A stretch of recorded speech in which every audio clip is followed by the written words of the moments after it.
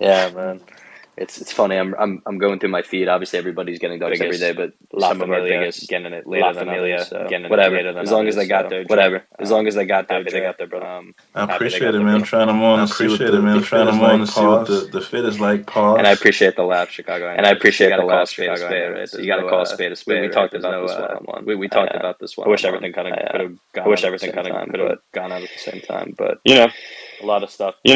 on A lot of that, stuff. Might as well talk about that a bit. might as well talk about Because that a why bit. not? Because why With not? dunks, I was telling this to Chicago I was 101. telling this to It Chicago was the 101. first drop we It did was the first where drop we did we were using where UPS as we were opposed to using DHL. UPS as opposed And to I know a lot DHL. of people, And I know a lot of people, not just in the sneaker game, but just not like just in the ordering shit, sneaker have game, mixed but just opinions like on ordering like shit, have DHL mixed versus opinions UPS. on like But this was DHL our versus first rodeo UPS. with But UPS and an integration between UPS and Maersk, the warehouse that we use to ship everything to UPS, who's the provider, right? So that was one thing. And then two, the mix and match between our forging database and the Shopify database. There were some orders that people had where their addresses remained intact, and there were others where either a phone number got cut off and it was flagged late to us by our internal team members, or something else got messed up. So this is I don't say all this to make excuses, because there is no excuse. Externally and to our people, our holders, or family, or community, it doesn't matter at the end of the day what happened. But those are some of the issues that are resulting in people getting their dunks a little later. We're currently at like 94% fulfillment for the voids and the OGs. Obviously, I'd prefer to be at 100, but that's where it's at. So I just wanted to share that with folks if people were still wondering where their dunks were and what was some of the reasoning behind it. Again, no excuse, but just wanted to share that info. No, I appreciate the insight, man. It goes both ways, man. I'm glad that Chicago's here because it feels like it's the balance of both worlds. So we got you here, we got Chicago here. I would like for Chicago to come up. We can have a nice little dialogue per usual. I always appreciate the gems that he dropped. But Hi, Dre. have, oh shit, he's up Yeah, here. yeah. Oh shit, what's going on? Hi, Dre. Hi, Dre.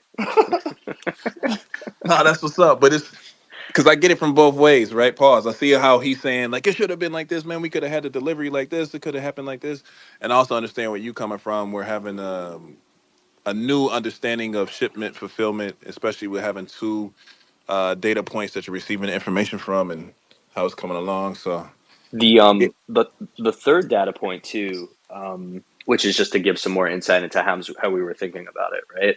So in a previous space where I mentioned that we purchased the 1,000 voids in advance, right? So when we released the numbers in Jan, it was part of that, right?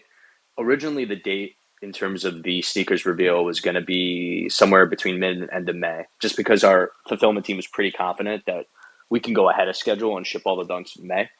Then we realized pretty quickly, it was either at the end of December or the beginning of January, that even if we could, we didn't want to take the risk. So we pushed it to beginning of June.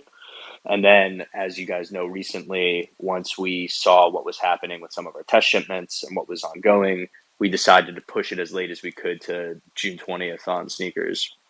That being said, we knew, I think, going in that we wouldn't be close to 100% fulfillment to our community on Dunks and Voids by the time that sneakers started shipping. At the same time, we knew a lot would be in hand from our community. So it was just a delicate balance, because if we didn't do it June 20th, I don't know if some people noticed, but I don't know if it's still blacked out because I haven't checked the app, but there was basically a blackout on the sneakers app because they're rearranging a lot of their back end systems, right? So sneakers app isn't going by any means. It was just, there's a lot of work being done on the back end, right? And when it comes back online, obviously we got the Olympics and a bunch of other high heat drops that they're worried about. So we wanted to time the sneakers drop as close to our community getting the dunks, because from a UGC perspective, a marketing perspective, to have that splash at the same time would mean a lot. And as we saw, like a lot of people had that content that they posted, even if they didn't have the dunks in hand that day. A lot did, about like had them, right? We saw Maximony post that, Kane post that, a lot of people post that, had them, didn't have to worry about it. So yeah, just a little bit more rationale in terms of why we kept pushing it out to sneakers, why we didn't push it beyond later to make sure everybody got it. It was about trying to balance, getting all of our folks their dunks, but also capitalizing on the moment of going on sneakers while people were getting their dunks. So just a third data point there for everybody to be aware of. Yes, sir. What's up, Golden? Well, what's up, man? We still waiting, but it's all good. I think I know what Chicago want to ask, and it's about them ghosts. Are we running around too on sneakers? Zach already said no. So I Oh, don't want to call okay. Zach. I don't want to call Zach a liar later, but we'll see what happens to the 1,500 pairs. Wait, So no, You what I know, I'm missed? thinking, I'm thinking the same thing. Chicago, like, There's hey, we running 1,500 around too. pairs unaccounted for that they're going to have to find a creative way that's not sneakers to pawn off.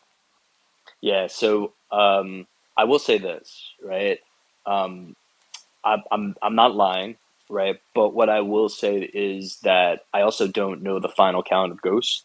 Uh, I just don't at the I moment in do. terms. I know you do. In terms of how much additionally we actually have on hand, and how much is dedicated towards seeding, or if there's been talk amongst the founders that I haven't been a part of, because I'm not a part of every talk in terms of what they potentially want to do, whether it's sneakers or something else.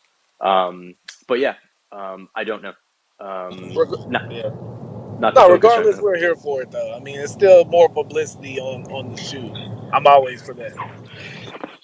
Yeah, and I think the one good thing we'll have set up next time around, because obviously going through this with UPS and all the learnings that we have in terms of some of our bigger folks, right, not getting their dunks in a timely fashion, or I would say in a timely compared to other people in our community and the sneakers launch happening, is obviously we have CloneX and Ghost coming out later, right, and a lot of the same people ordered them, so I think a combination of looking at high quantity orders, and some of the other learnings we have in terms of some of the regions that we're shipping to, looking at some of the errors that we had on addresses where the addresses are right but something wasn't carried over. There's enough learnings that we have from doing it this time around where I think we're not going to be perfect, but we'll be a lot better. That being said, again, doesn't excuse some of the tardiness of Dunk still trickling into our community members, but I think we'll be set up a lot better for Ghost and CloneX when they ship later. Combination. Yo, if I could just put my bid in to get the ghost Combination. in early, because I did, do what I did when I do. So I would love that. That would be Christmas in August. You know what I'm saying? The design consultant. You feel me? Yep. Let me get some kind of love. I can at least show my mama and be proud about something in my life. I'll Hey, say that. She can wait. She's going to be proud of you when you get them in October or November I don't. too. Man, I can't say that. Oh, If I tell her it's oh. coming one day and it come the next day, she gonna call me a liar. Wait, Chicago. You He were said what? October. Wait, you no, no, no. Chicago was talking to me about this, and he mentioned on tweet. Tell me again, Chicago. Why you think it's that late again? I don't know. When you guys first sent out the estimates on when people checked out on Spotify or on Shopify, Yeah, at the very end, it was putting the dates of September and October on the latest orders. The I last ones ordered before you pulled it. Like the date was progressively moving. I think I gotta check the. I'm not saying you're wrong. I gotta check the terms and conditions on the Shopify site, because I You could don't have have swore we terms put and it out in conditions on a August. Shopify site. It's just that last page that disappeared after checkout.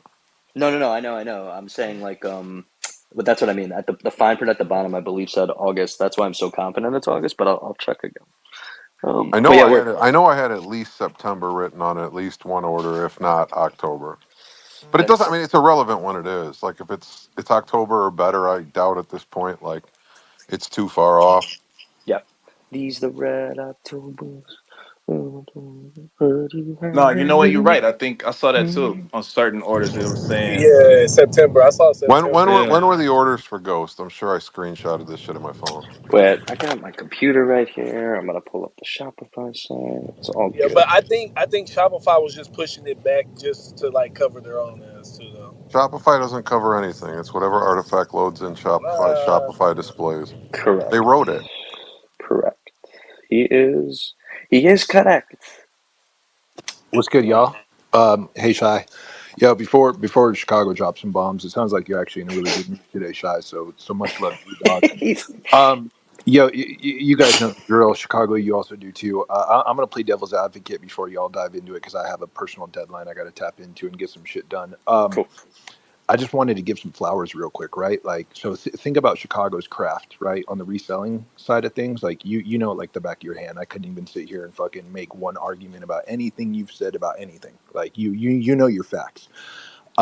To the other side of that coin, I can speak on the creative side of things. Having been in, I'm so blessed. Honestly, I got to start by saying I'm very blessed. But I've been in the game for I don't know 15 years, living my dream, And so I just want to preface by saying, Chicago, obviously, you collect art and you recognize art when you see it, and you never kind of like by omission, you never like discredit that part. But I just wanted to come in and give some flowers real quick and say, I'm 33 years old and I've lived some fucking incredible dreams and I've did the impossible. But I got to say, as far as on the artifact side of things, regardless what the project is, the Dunks, the Clones, Animus, the Air Forces, whatever it is, I got to be honest, there's so much fucking time and effort, and sweat and blood and tears and sacrifices that go into anything. Um, when you're creating on a mass scale like this, especially when in tandem you're trying to create a community in a business at the same time, so much goes into it. So I just wanted to come in real quick and give some flowers on the side of the fact that yeah, there are delays. Delays fucking suck. People fuck up. We make promises we can't always deliver, and that's on the business tip. I'm not speaking personally, right? There's two different things there that aren't congruent, but I gotta say, hey, while these delays fucking suck dick and sometimes it's shitty. The boys did the fucking impossible. They signed a deal with fucking Nike and they made their own fucking shoes. I got to tell you, someone that's 33 and I thought I was doing some cool shit. I mean, it's really fucking cool and it's really inspiring to see these dudes doing the fucking impossible in Chicago. I know you sit here and you come with your receipts and you're correct, right? Sometimes their opinions, and we all have opinions, and that's cool and I respect that. We're all human, but I got to say first and foremost, these dudes are doing the impossible daily, and it's hard for some people to recognize because the definition of impossible is like the definition of happiness. It's different and it's subjective to the user. But if you zoom out a little bit and you kind of look at all the time and effort that we aren't even aware of, I'm aware of it because I'm in a similar industry. Um, these dudes are shooting way past the fucking moon and the stars, and yeah, they made their bag, but respectfully so. It's not like these dudes got lucky. That might be a fraction of it, but choices were made along the way. We're all human, maybe some good, some bad, but at the end of the day, they've delivered a product, multiple products, and continue to do so with delays or without, that fundamentally are rooted in creative integrity. So I just wanted to come in and say before maybe things get heated or we start, taking it in a different direction, that like first and foremost, the art and the legacy that's been created here, with or without what the future looks like with Nike or whatever that is, they did the fucking impossible. They literally did it, and I know we could sit here all day and we could chop up about the investment and yada yada yada, and that's a conversation for another day. And I am human and I relate with those things as well, but I do want to give flowers, uh, just on the fundamental core of like, it's a big team and it takes a lot of people to move a fucking mountain, and the dudes do it constantly. Um, am I fucking pissed that Animus is pushed again? Sure. But like, it ain't fucking with my shit. Like, whatever, it is what it is. At the end of the day, I got these Dunks, I got the Air Forces, I got the merch, I got all the collectibles coming, I got all this shit, and I'll tell you, the quality speaks for itself. These dudes, they may have, we all cut corners in life when we're younger and we do stupid shit. And yeah, that might come to bite us in the ass, but the facts are that on July 1st or 2nd, whatever fucking day it is, they're doing it and the shit's fire. So I just want to come in and say, Zach, you're sick. Chicago, you're sick too. We're all human. Dre, love you. Golden, you're sick. Everybody in here is fire. But yeah, I just want to drop that. Like, I feel like I agree with you that a That's lot of valid. stuff's being done. I will say though, in 3 years with over nine figures to do it with, and leaving so many things unfinished, the amount of work that's actually been done that's put out, let's not count a game that no one's ever seen, just like Other Side or whatever you want to call that. Most of these things are creating one image, selling 20,000 of them and leaving them stale. Like I that's hear just the you. and like an animus, if you can call a delay today, you could have called the delay a week ago when you guys knew there was a delay. And you Hang could on, have hang called on. the delay months ago when you knew that all you were doing was turning over 20,000 files that weren't going to be active yet on reveal? Well, hang on, Chicago. Hang on. I'm speaking more from the artistic and creative side of things, right? Like we will see some drops here and there, and teases are cool, but like the process behind the scenes, I live it every fucking day. I don't even work for Artifact, right? I do my own shit, and I've built a very successful business, and God is so good, and I'm so grateful and so blessed every day. I will tell you, and I'm not sitting over here and saying that you're creatively illiterate or you don't know the processes or everything that goes into it, but I'll tell you, just at the root of it, it takes a lot of fucking effort, and it starts with a dream, right? Most people can't even think past that. You have to have a fucking dream to work at it. So I agree with a lot of your opinions. You know that. We're tight, we're chill. I'm just speaking solely on the creative part and all the effort that goes into it and all of the team. There's probably people working there I don't even fucking know who they are, but I see their work, and as a creative, I can look at that and be like, damn, like I don't even need to know that they spent fucking 30 hours probably trying to fine tune teasing or trying to fucking fake something that you don't even know, but they care so much about it.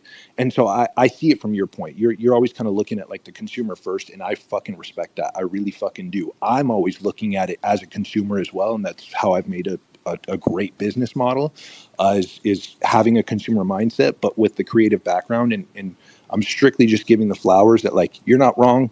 But first, it takes a lot of fucking work and effort, even just to pull off any of the shit these guys have. And I'll tell you, I don't know anybody else that's signed a deal with fucking Nike that's made their own silhouette or gone in and fucking linked with Murakami to do a dunk. And I sound like I'm glazing, but I'm not. I'm a huge respecter of art and all things art, and I fuck with it. So I just wanted to come in and say before we start dropping bombs and shooting shots that, like, first and foremost, they done did the impossible.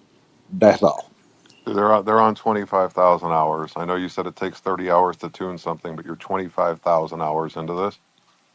Literally times the amount of employees, which makes it almost probably 1 million man hours.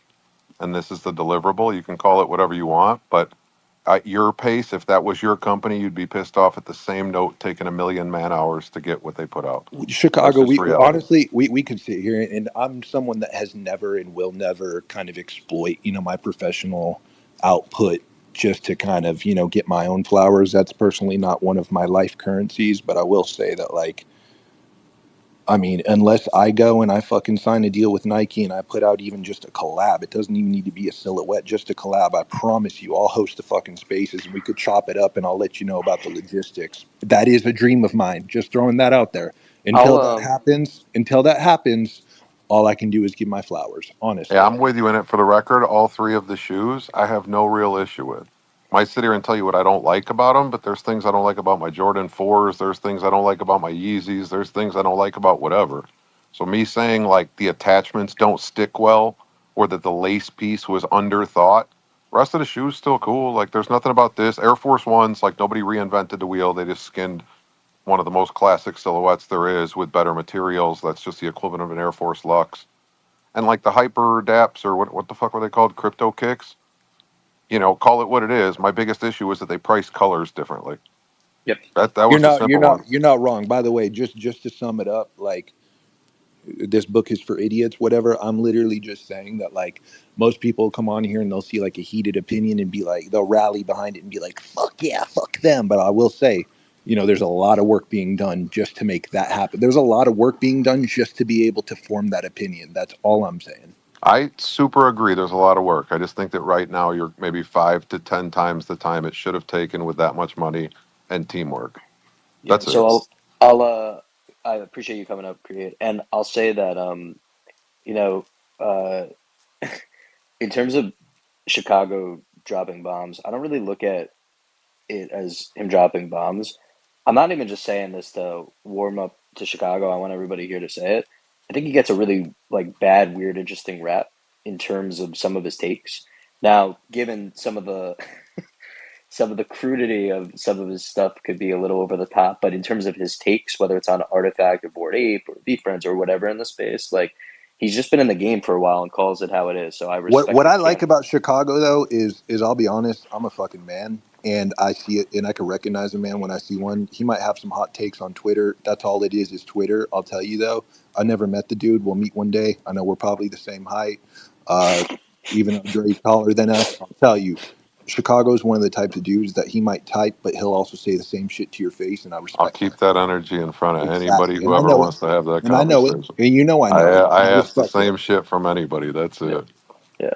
To But speak no, to that's it. And yes, I do admit that sometimes being rash on shit, it's to get a reaction, and I'm okay with that because reaction gets honesty out of people. So yeah, sometimes it goes that way. Like, cool, man. Like, there might be a couple words that I grew up on George Carlin and fucking Eddie Murphy with that I'm not willing to give By the up right way, now. Chicago, all I see whenever you say that shit is clearly your bags are lined because you ain't got shit to lose, and I respect it. Honestly, Yeah, salute. I wrote my dude. Listen, my accountant thinks my Web3 bag is worth zero. I told him that by the time we have to write these on the books, expect it to be zero. So let's just make the assumption that whatever went in is at zero. And I've been living that way since 2022. So, like, that's fine. I should have sold everything and then been a fucking asshole from the sideline. But that's probably because you said it right. I don't really care. I deserve to lose this money. I kind of want it to be a life lesson, never to fucking do stupid shit again. yep, But that's it. It's a fortunate but stupid fucking decision. yep. Yeah, y'all The are the same height, just for clarification.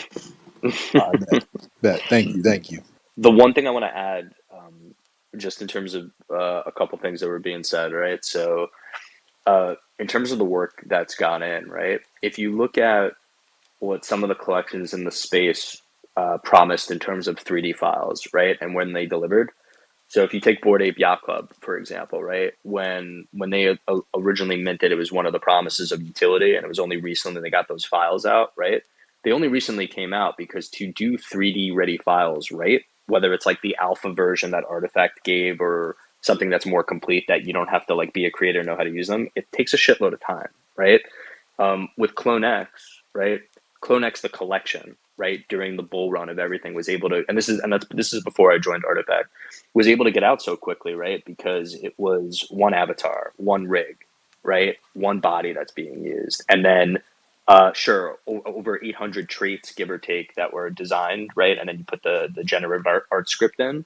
But that's very simple compared to what we did with Animus, where it's 40 unique avatars, 40 unique rigs, hundreds of poses, lighting differently, over 6,000 assets, right? So To that point, real quick, Zach, just to dive in, I can't say too much because I don't know who's in here, but like just for one character, just to rig, correct. weight paint it, all that I've just been doing took like 4 weeks alone. Okay, so just to give 4 weeks context at to how many folks. hours a week, just for perspective?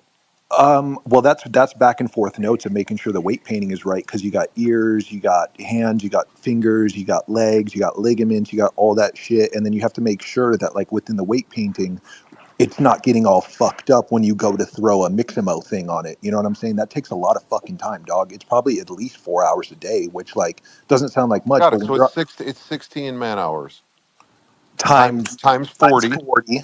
Yeah, it's 460 of 1 million man hours put into Artifact. I'm with you, but you also just got to use both sides of that spectrum. Yeah, it's All I need is you by yourself for the amount of time it's taken them to do it, and with no other people and no other money, you could have knocked it out or cut that down to like 8 months if you did it 40 hours a week. Well, yeah, hang on. Keep that in mind. Keep the it's artifact is not a a good analogy, but Artifact is a multi-streamline business, right? It's not just Animus. They've been working on getting these shoes out and then going and doing the testing on those cat tongue shoes, which I fucking want a pair, Zach. Wink, wink. There's so much shit. It's not just a one-dimensional I got a size operation. 15 for sale if you're my height. mm, I'm a 14 tops. They run tight. I was going to ask about the fitting, bro. I was He's going a to ask Dre, about the Dre, stupid. you'll fitting. see it when you put yours on. Just to be I'm fair, I trying think them on right now. the ghost and the void tell me I'm wrong that they're not like a quarter to a half size differently. See, but I'm rocking 13s and they're true to size, and I have to wear a 14 and everything else. I just didn't want to risk it on the pre-order, so Do I you have just both? took. Do you have both colors? I do, yeah. Do they wear exactly the same to you, or They does one both feel wear the tighter? exact same, bro. I swear. The I OGs just fit slipped bigger. on. I slipped on my size 15 OGs, and they fit like a 14. The 14s they run. You can pull them off, There you but they go. are tight. Keep They are going. Hang Now, on, tight. hang on. now your void, you're probably going to fit a 14 well. And you know what? I Now, just tried also, it don't on, forget but this could be a big guy size thing. Dre knows that I It sometimes they know. is. fuck I I up think as it they know. go. is. Once That's they how I You get just know, let past you the know SB how once like use the they it. get Jordan 2 sat low, like your heel sat low in it? Like, I feel like that's what's happening to the people that, It's like, possible that the heel you need to pieces get are like some, it's like Travis Lowe's. Like, no yeah, offense, but yeah. They don't. I mean, you Travis can't. You need Lowe to get fit some, like, well to Dr. me. Scholl's in there. I These don't are want to no. have, Dr. They Scholl's feel to like put them on. SBs, bro. They feel like SBs. SBs, I gotta get a 15 in and wear them, and they feel like 14s because of the yeah, they tongue and feel, how it's go. see, I've I mean, got a, listen. I wear a 15. Like So the my Predator void in a joints? 15 actually mildly has a little bit of extra room in it. Mine does Where the too. That's what I'm saying. where the OG in a 15 is pretty much It's tight to my toes. 15 OG is perfect for me, which is fire as We get shit. it. Yeah. We know what they say about big shoes. Let's roll it back a little. So Yeah, we I big did. mean, I'm socks. saying, right? You Yeah, know what I mean? I ain't gotta yeah, say it. we were doing a rough analysis on the man hours just to rig the 40 characters, right? But and then I was touching on top of that. You got to think about all the other shit and activations that they have been doing that we're aware of, and then all the other shit we are not aware of. By the way, I mean, just to create any of these fucking websites that they do, that Animus site, I promise you, even if you're the best fucking developer, that still takes fucking time to make. I don't. I have. I actually. I can't lie. I have I know Create. the website part a lot better. I know what you can put that site together for. Like the Animus site's nice, but let's not like overcomplicate what that is. Like it's got good transitions and it's clean and it's a nice site, but it's also not like rocket science and that there's no interactive, there's no backend that matters to Well, that. hang on. We haven't. We also Hey, haven't Sorry. Create seen. and Chicago. I just want to finish one thought, just to simplify the Oh no, conversation, no. and then we should. Sorry, Zach. And This is our space now. We've purely hijacked this. This is just Yes, alpha yes. energy now. You can continue hijacking it. I just want to clear one thing up on the production of it because I just want to finish like giving everyone context, and then we could continue to debate, or we could just move on because the idea was once we do reveal, we have a proper space with the artists and the members of the team who brought it to life to just shed some light on why it's unique. Right now, I don't disagree with Chicago that a fully dedicated team, a team that purely specializes in this, could have done it quicker. But to just give you context, right?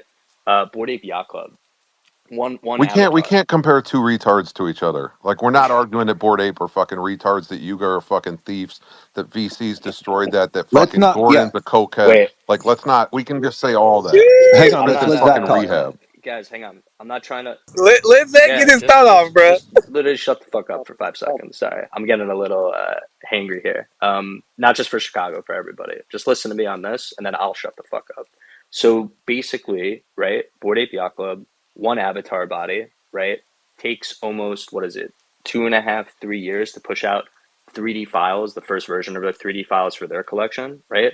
We launched CloneX in what was it, November 2021, and alpha files came out in July 2022.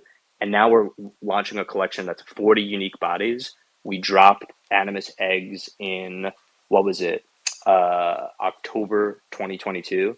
And now it's going to be July 2024, so a little over a year and a half. And it's not for one avatar, it's for 40. And on top of that, it's 40 2D bodies and all the metadata that comes with that. So again, I'm not disagreeing with Chicago that this could have been done by a company that specializes in it all day, every day in, let's say, 8 to 10 months. But the fact that we did it over in a little year and a half, and it's not one avatar, and it's all the rigging, all the animation, all the lighting, all the posing, and we're including 2D art in that mix, right?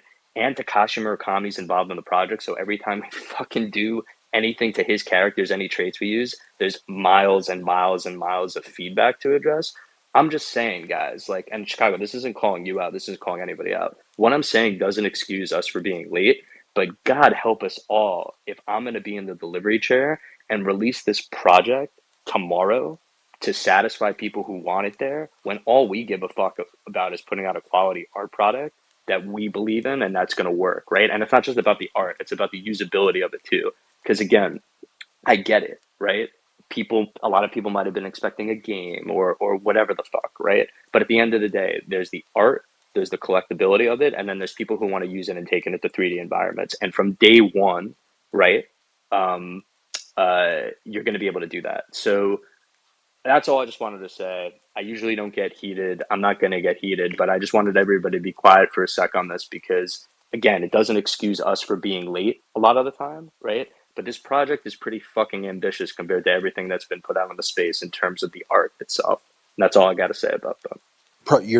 Thank you for that, Zach. Also, snap into a Slim Jim. Real quick, one thing that we're missing or that we haven't added is the amount of time that goes into just developing the IP for 40 characters. Like, I know most people can't comprehend what the fuck that means, but when we live in a world where there's hundreds of Pokemon, there's hundreds of Yu-Gi-Mon, there's hundreds of Digimon, there's hundreds of all these other digital character IP projects that have been floating around for the last few decades, there's so much fucking time and thought that has to go into just creating an original IP and just creating a single character.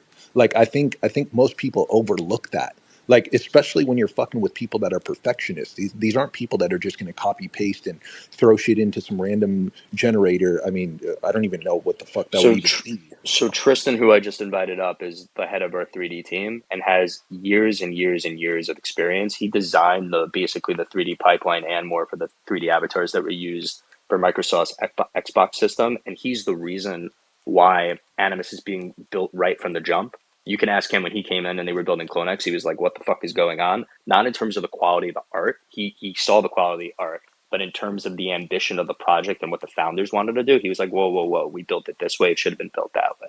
So I'm glad that Tristan's up, because Tristan, you don't have to speak. I don't want to put you on blast, but he's the best person to answer here from an expertise perspective in terms of what Chicago's looking for, in terms of why this project is unique. Maybe not unique in terms of compared to like a Pixar, right? But unique in terms of what anybody with our means and resources is trying to do. But Tristan, go ahead and unmute if you want. You're furthering what I was saying. If he came in and said trash everything and start over, that just means that they wasted 2 of the first 2.5 years, and now here comes 6 months of real work. And for 6 months of real work, or however many months it is of real work, they're doing the job correctly. But that doesn't change the fact that the team, whoever the fuck it was before this, still wasted 2 years of valuable time doing Hey, nothing. let me add one. Can I add one more thing, Tristan? Please, please. I'm so sorry, my sweetie. Yeah, We can sure. talk in just a second, just to give a little more context. Okay. Look at this most recent Murakami times New Jeans collaboration, where Murakami made a new character and then he made 5 new characters for New Jeans. I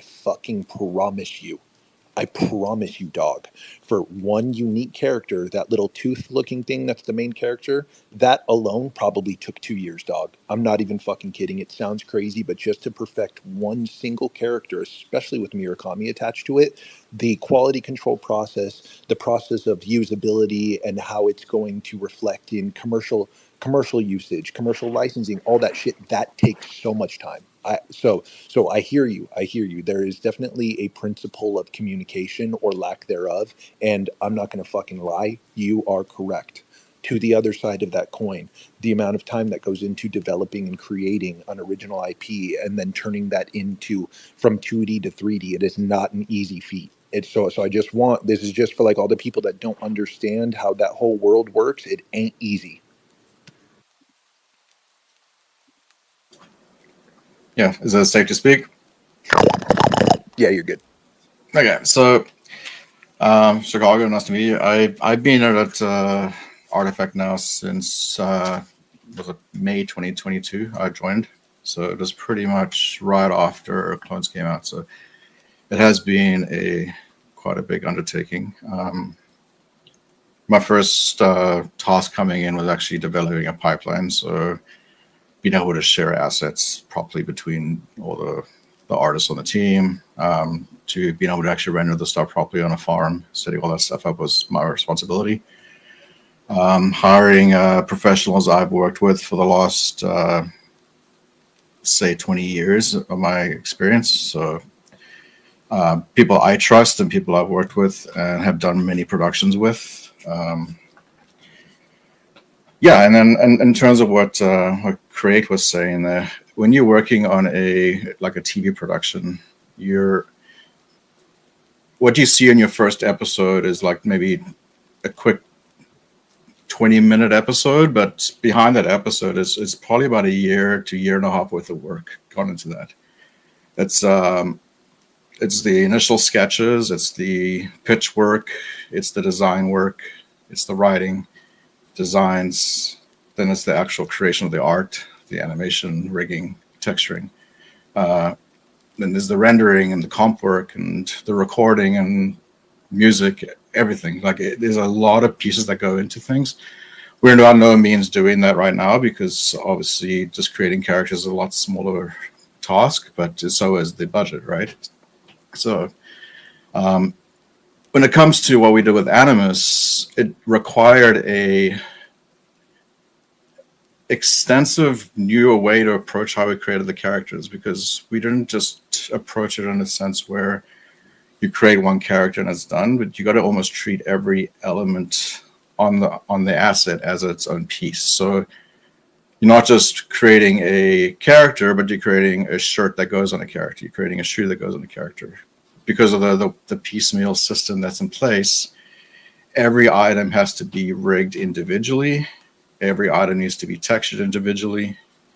And at the end of the process, we have to be able to combine all that stuff together within a cohesive pipeline. And to do that effectively, it takes a lot of dev work in the beginning, and then also at the end of the pipe to put it all together and actually render everything at the end. So there's a lot of moving parts. It was not a simple project, and like Zach knows, I barely slept for the last 6 months. So there's been a lot of work that's gone into this. I can understand why it can seem like an easy task when people look at YouTube videos and look at these AI videos and how things are just made like quickly, but that's not the reality of an actual production. So I just wanted to say that. So, Well, I was just going to ask you two things. One, did you do Lego Ninja? I worked on the Lego movie, Lego Star Wars, Lego Avengers, and I think that was it for the Lego shows. No, I just asked my friends I went to high school with did all the music for the Lego Ninja and whatever else. They were the yeah. Ninjago was cool. That was a cool show. Yeah. I don't know. I don't really deal with the Legos, but the other part is how low is the fucking budget here for you to work with out of 9 figures? I don't know what the operating budget is. I just know what my team size is. I'd say this. Another point to mention. In terms of the 9 figures, though, Chicago, and I don't even have full transparency. I know Nike took a bunch of it off the top, and they took a couple bucks off the top too. It's kind of like Yuga, how they each took 50 million, but these guys didn't take that much. No, I just mean that, like, I think another misconception, regardless of how much I know or don't know, right, or how much you know or don't know, is it's like how much of that we actually have access to and allowed to play with, right? And I can't speak to Yuga or anybody else. Obviously, we're in a unique position because, like, Artifact was bought by Nike. But, yeah, we don't, like, even in the beginning, when people were asking a lot of questions, it's like, oh, you guys have this war chest of 9 figures. It's like, when I first started, I thought that too. But, like, as I think I told you, Chicago, because when we were first talking, it's like, I don't know too much about you, Zach. What's your background? It's like, I first joined the team as a product manager. And then based on my background in production, project management, product manager, I kind of fell into this hybrid role of like chief of staff, heads of projects, just like eyes everywhere type thing, right?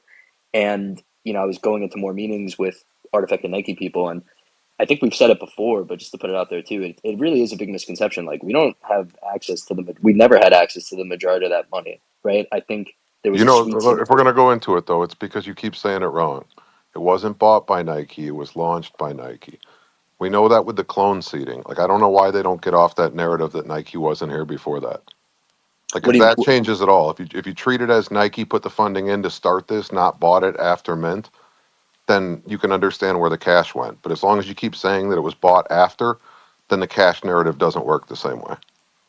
I just know that we've never had full access to all that money that constantly gets referred to. Because the seed round was also funded by Nike out of another pocket. And I wish somebody at the team would just accept this and kind of say it. I'm not saying it's your spot too, but that's the big difference. Like, if they would have come in later, then the budget would be different. But because this money was put in by Nike before launch, which is why Nike employees all got their seeded clones, it couldn't have been bought after.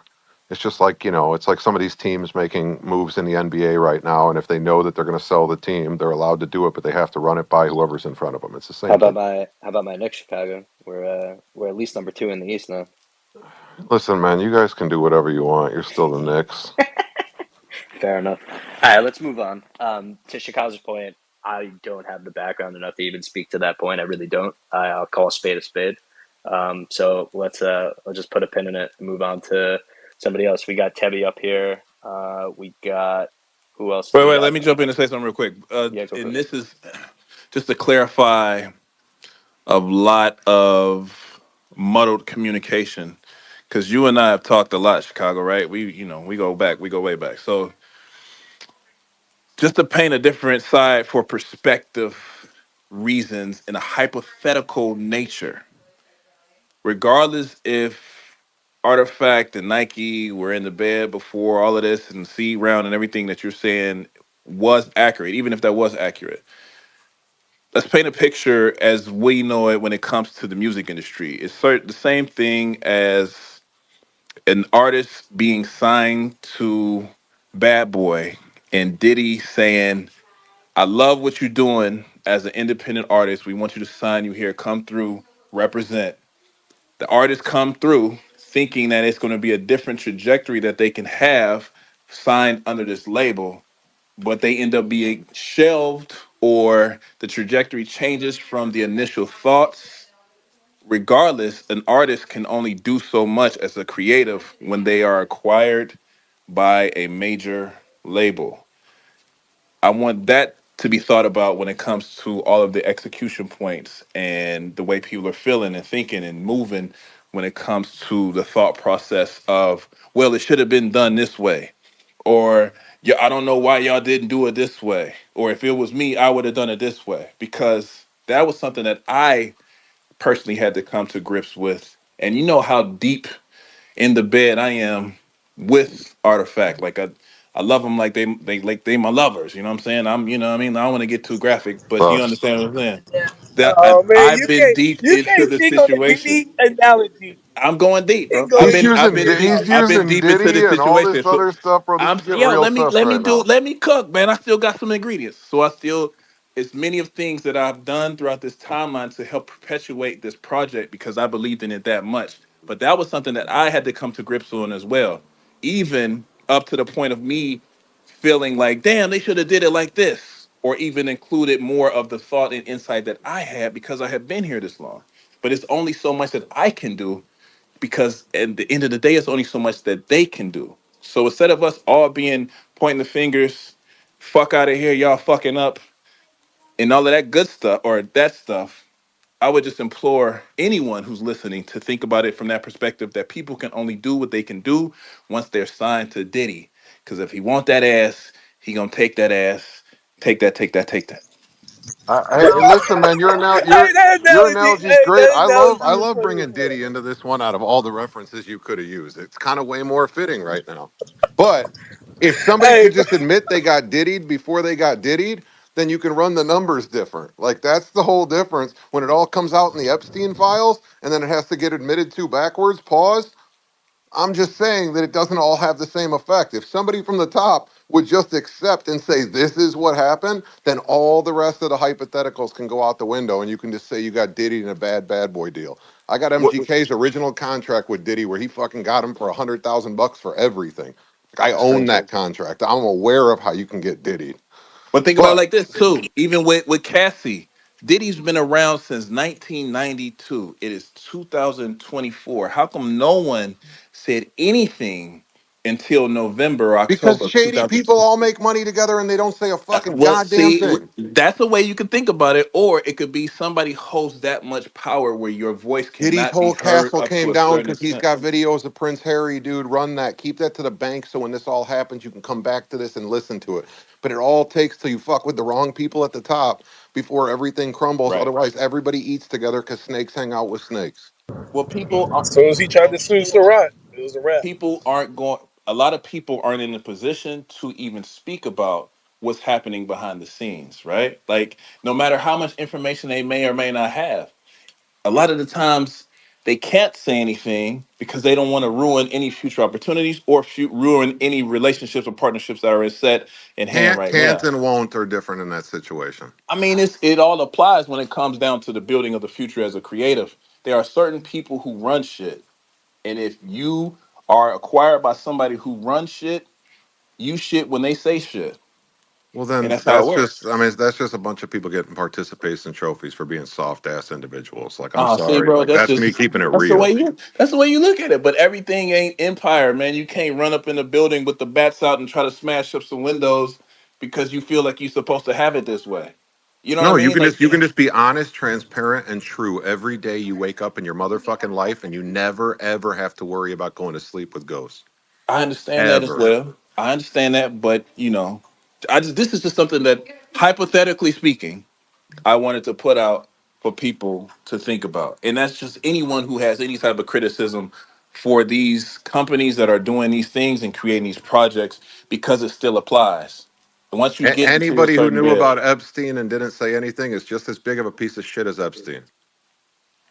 I mean, that's a whole nother conversation I can agree with, but we not talking about going that far. We're talking about business when it comes down to execution. And just, again, something that people can think about, because, again, it's all hypothetical. That's it. I'm with you.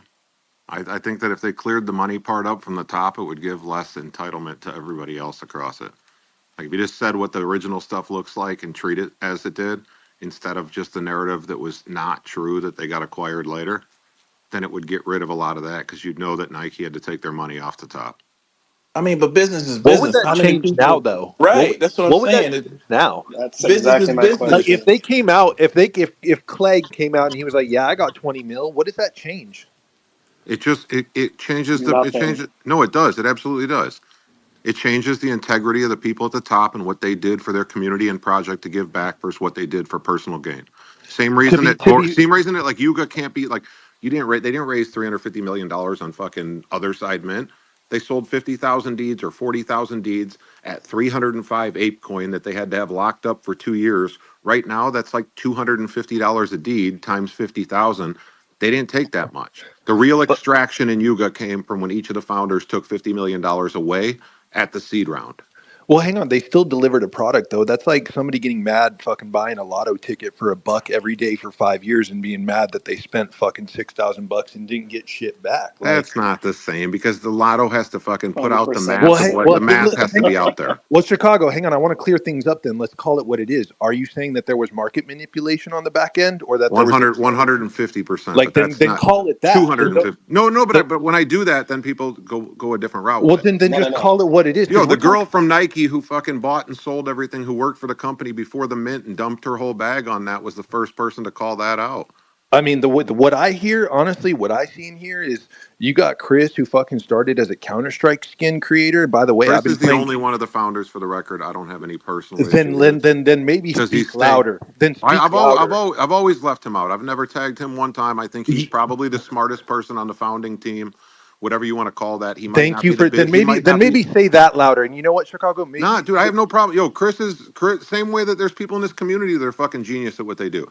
I don't have any personal. There was one thing in the past that I have like an overlap with him. That's it. Like maybe he did more in the back that I'd be disapproving of or something. But like other than that, he's the visual guy. He's the creative and the fucking top of the three. And the other two people are fake businessmen. They're used car salesmen. They're I janky feel, yeah, but promoters. I feel like you have the opportunity to be like you're kind of being like the Grinch at the beginning of the movie when you have the opportunity to be the Grinch at the end of the movie. Like you could surprise everybody and give flowers on the creative side and the productivity side without you. I Chris mean, was the back door at Colette, and other than that, I don't know shit about him from I his don't fucking give a past. fuck what No, but I Chris don't know back. shit about him from his past. I don't. Bro, There's not a negative. we were all 20 and backdoored fucking, or even when we were 13, we were backdooring fucking skibbity Dude, I'm squidward okay. from I'm fucking okay with the backdoor part. I'm okay with these guys being resellers. I'm okay with what they did with Crep Protect. I'm okay with all that. I support that shit fully. because My issue with the I'm other just two came from selling fucking fakes and counterfeits. My issue with fucking some of the team is slightly indifferent. see And you know more obviously than I do, and I made this prevalent when I spoke 30 minutes ago that my perspective is on the creative side. Let me just say this out loud. Chris is a fucking dreamer. Chris is an inspiration. I've been playing Counter-Strike 25 fucking years. I've played with his skins for years before he even tapped into this. I'll tell you, if that dude got 20 million fucking bucks from this shit, well deserved, and I want to get my 20 mil. It don't need to be from Artifact. I'm going to go out and get my 20 mil. I'm okay with that guy. That guy's not calling business shots. That guy's being the creative back there. Then Like maybe say that louder because those dudes are no, business but listen, partners, I'm bro. not here to toot his fucking horn or anything. I've made I'm it a not point. asking you to. Like I No, got no. Benoit in my fucking DMs right now, and of the 9 things I brought up to him, the only thing he can fucking deny is that Taiwan Swag wasn't here before a year ago, even though that guy's the biggest fucking scamming piece of shit on this whole team. God, then fucking duke it out in person. Jesus fucking Christ. Are I'd we love to 13 duke it out typing in on a person, though. screen? I'd love to. I tried to beat Remade's ass fucking plenty of times. He had to come in my city before I told him he was about to get rolled up on. That's how I Then finally got my money, is because I said, you're in my city and you're not leaving my city. And what think about happened? He being paid me think that day. Look, you're very wise, Chicago. You're very wise. Put yourself in Chris's shoes in the way that he sees you speaking about his business partners. Obviously, it's a tender subject, and it's hard for anybody to come out and quantify the Yo, words they're or more retarded than they dress. which is fine, and that's an opinion. That's an opinion, and we all have them. I'm just saying when you're saying these things, it kind of infuriates me as a business owner and as a creative because you got Chris over here who literally is just doing it for the Well, fucking then he love should of it. jump in and he should fix the fucking problem and He mitigate risk shouldn't between have his to. problems. No, He no. When you're shouldn't have founders and to. you're three people who came in something together and you're partners, you should have to do what you have to do just to be a good human. I mean, Chicago, I'll keep it a buck. You're the only person I've ever seen speak on any of the negatives of these other two. Like, Yeah, but so I what is that? can't What tell. is that? What does that say about? For the record, there's multiple people in this room right now that have had this conversation, just won't do it in I public. don't doubt it.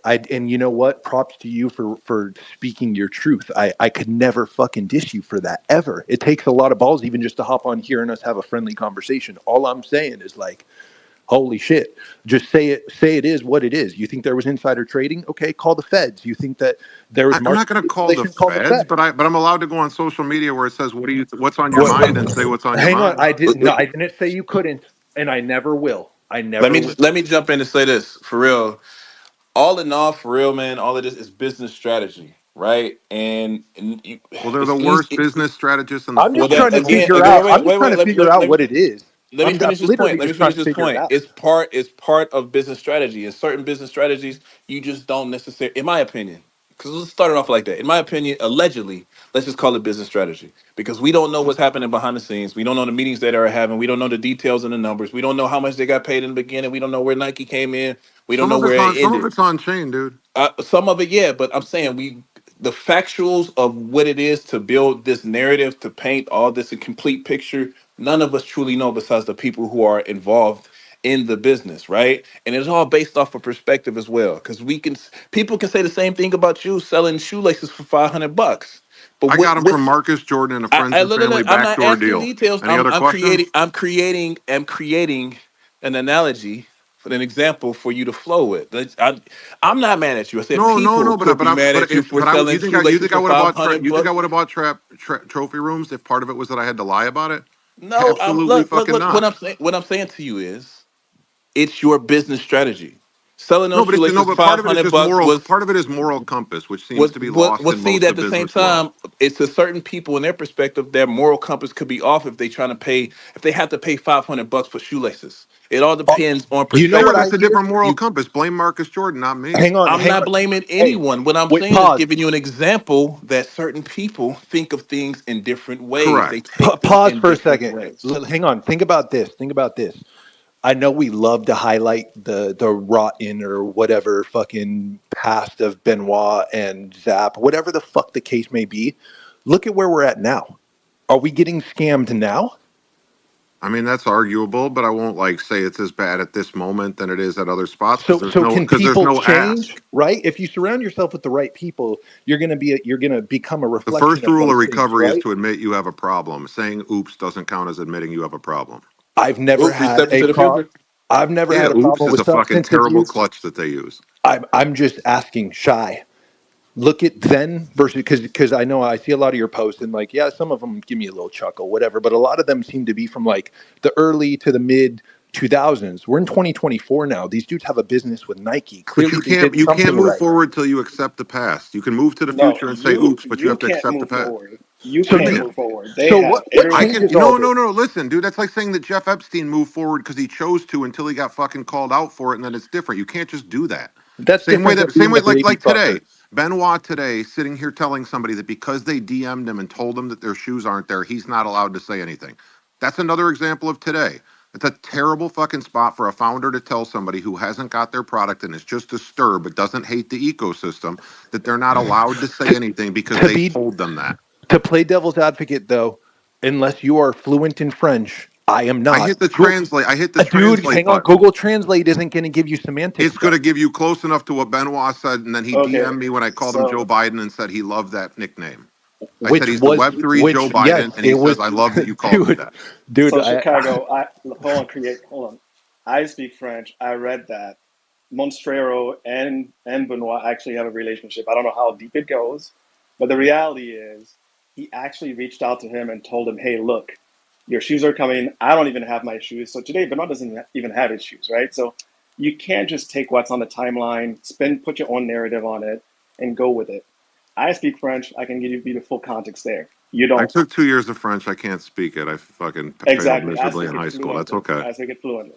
So my point is, I would love, and again, I would love for you to put out all your receipts, right? So we can just air it all out. So we have it out there, and people who want to read it and be all about it can do That's that. what I And do, and you guys complain about it. If I want to put it out no, I'm again and not. again and again and again, I'm allowed No, to do it. do a master thread. I But would no, no, love no. to But read. it doesn't. But I can do a master thread. I can do another master thread next week. I could do one tomorrow night. I could do Yeah, one in 6 months. And but the whole do it point is, I'm all. allowed to say it whenever the fuck I want to, and that's the key of Absolutely, it. I'll make it real absolutely. simple. They want to nip this shit in the ass. This is a fucking open call. Benoit, Zap, you fucking retards. You want to get on here and discuss it? Let's go head on with it one time and Why put it would in they the want to past. talk to you though? I don't Like think they what? would, but in the But meantime, what? unless you want to put it in the past and have it with me, otherwise nobody needs to give me advice on how to speak that. That's all. And on that note, let's rotate because Chicago's right. Tabby, what's going on? Let's change it up. Not because like I don't want to continue the debate because I it's totally actually interesting. understand and respect that it's going down a rabbit hole we don't need to. No, no, By the no. way, hang on. By the way, I just want to say because I'm a grown ass man, you'll never hear me say that you can or can't say something ever. I'll never say that. It's an open public forum that we choose to sign up and fucking speak our minds on. I respect it. I respect it. That's it. Yeah, that's it. Appreciate it. There's a mute and block button. We all know how to use it. It's real simple. You don't want to read it, don't do it, but you can't stop somebody from saying it. It's simple the world. Cool. You hurt I'm my not heart when you saying. use those words. I can't believe you would speak to another human being like that. We are all humans. Yeah, Chicago. no, I'm not sorry. saying you. We can save the PC shit. Chicago. I'm Let's. not saying you can't say it. I'm just saying I haven't seen it, right? So I'm just saying if you have a master thread that has it all out there, I think it's a great way to put all that together, and the people who want to go and read about it or learn about it can do that, right, and form their own opinion. So that's all I'm saying. I'll make an artifact for dummies one day and let the dummies read it. Perfect. Hey, wait. Thank you. No, you know what I really want to know? Who's the leak that you was talking to that was giving Oh, you all There the ain't no shit? you all there want to ain't no fucking know who that leaks. is. There ain't Slide no that leaks. out Big. there, bro. There That's ain't what we no here leaks. for. We came here for that, bro. We've Yeah, been on that's here what I for want an to know. hour. I There ain't heard a ain't no name leak. yet. What's the We name? want to know. There Judy. ain't no leak. I read that shit Chicago and I said there ain't no leak. Anyway, uh, Wait, this I'm is gonna the first time throw. Chicago was quiet. Hold on. I'm Wait, gonna throw wait, the wait, wait, mic wait, wait, wait, wait. to. I'm gonna What throw you the want? Zach, What mic do you hold want? to. What do you on. want? What do you want? I'm gonna throw the mic. There's no way I can answer that correctly. So let's not try. I'm gonna throw the mic to Karen, aka Baron, because him and I are exchanging words right now on Twitter, and I'm keeping it 100 with my man. I know he's passionate. I know he's followed this from day one. I know one day I'll get a very loving DM or message on the timeline. I know another day he'll he'll bug out, and I get it. But the floor is yours, man, because I want to speak to some of the points that you're saying because some of the analogies that you were making and some of the words that you were using. I could tell you this, Tristan, who's sitting next to you on stage, guy really hasn't slept. I haven't really slept. And the delays of Animus and the context of the project have nothing to do with the botched Monolith 2. So please, I want to hear from you because I respect you as a Yeah, holder. that's cool. Enough pre-talk. So the every time that we've had Well, Karen, hold on, yeah, no, I'm not going to hold on, bro. I'm hosting the space, right? I give you enough of the floor. You just So let this fucking is, Chicago talk for 30 minutes. I was just gonna say something really Leave so me quick. let out of me, this shit. You yeah, two are yeah, talking bro. All now. right, So fine. let Say me, what you gotta I'm say. I was just fucking, gonna I'm no, not no, gonna bro. No. That's not how it works, dude. That's not how it works. I let Chicago talk because there was a dialogue. Now you're cutting me off before I give you an intro. It's my space. Yeah, I've worked for Artifact, but I always keep it real with you guys. So show me a little respect the way that I always show you respect, dude. All right? Now the floor is yours. Say what you want to say. the consistencies are every time there's a digital drop, it's delayed when it doesn't require us to purchase anything. But anytime there's something that requires us to purchase something, it isn't delayed. So anytime that there's a digital promise to drop a product, it's delayed, and that is a similarity between Animus and Monolith. The other similarity between Animus and Monolith is the fact that the Monolith explosion happened right after the CIRL drop, right when you guys came through with a fucking shoe. that was dream come true. This is why Nike fucking bought us, right? And then you explode the monolith. It's just bad management. That's all I'm saying. And that's the similarities that I'm saying is between the monolith and where we're at right now. I'm not saying that a coupon's coming out of the animus.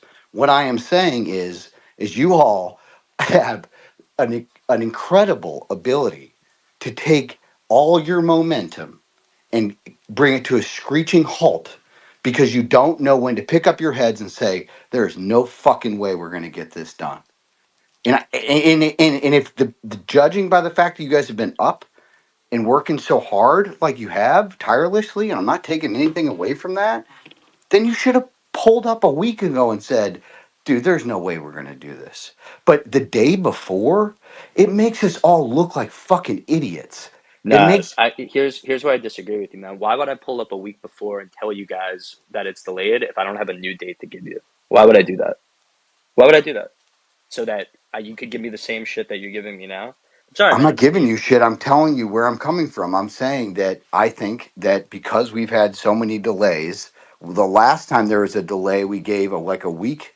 It was a week heads up, and it went over much more But smoothly what's the than difference today. here? What am I stopping? I'm being real I'm with not you. asking. I'm not I'm directing asking anything I'm at you. asking no, I'm asking you one on one because you're a holder and you always speak your mind, and I'm asking you one on one, right?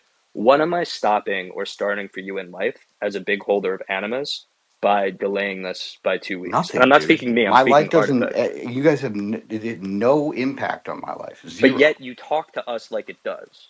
No, I talk to you like a managing a major division of a big company, and you guys are opening a space, and you're telling me about how apes took longer to produce 3D files than Artifact. It's just like all I'm saying is that they're the optics, and the reason that no one wants to touch Artifact is because nobody trusts you guys. You That's guys that's delay that's everything. that's fine and fair, but my point is that me, right?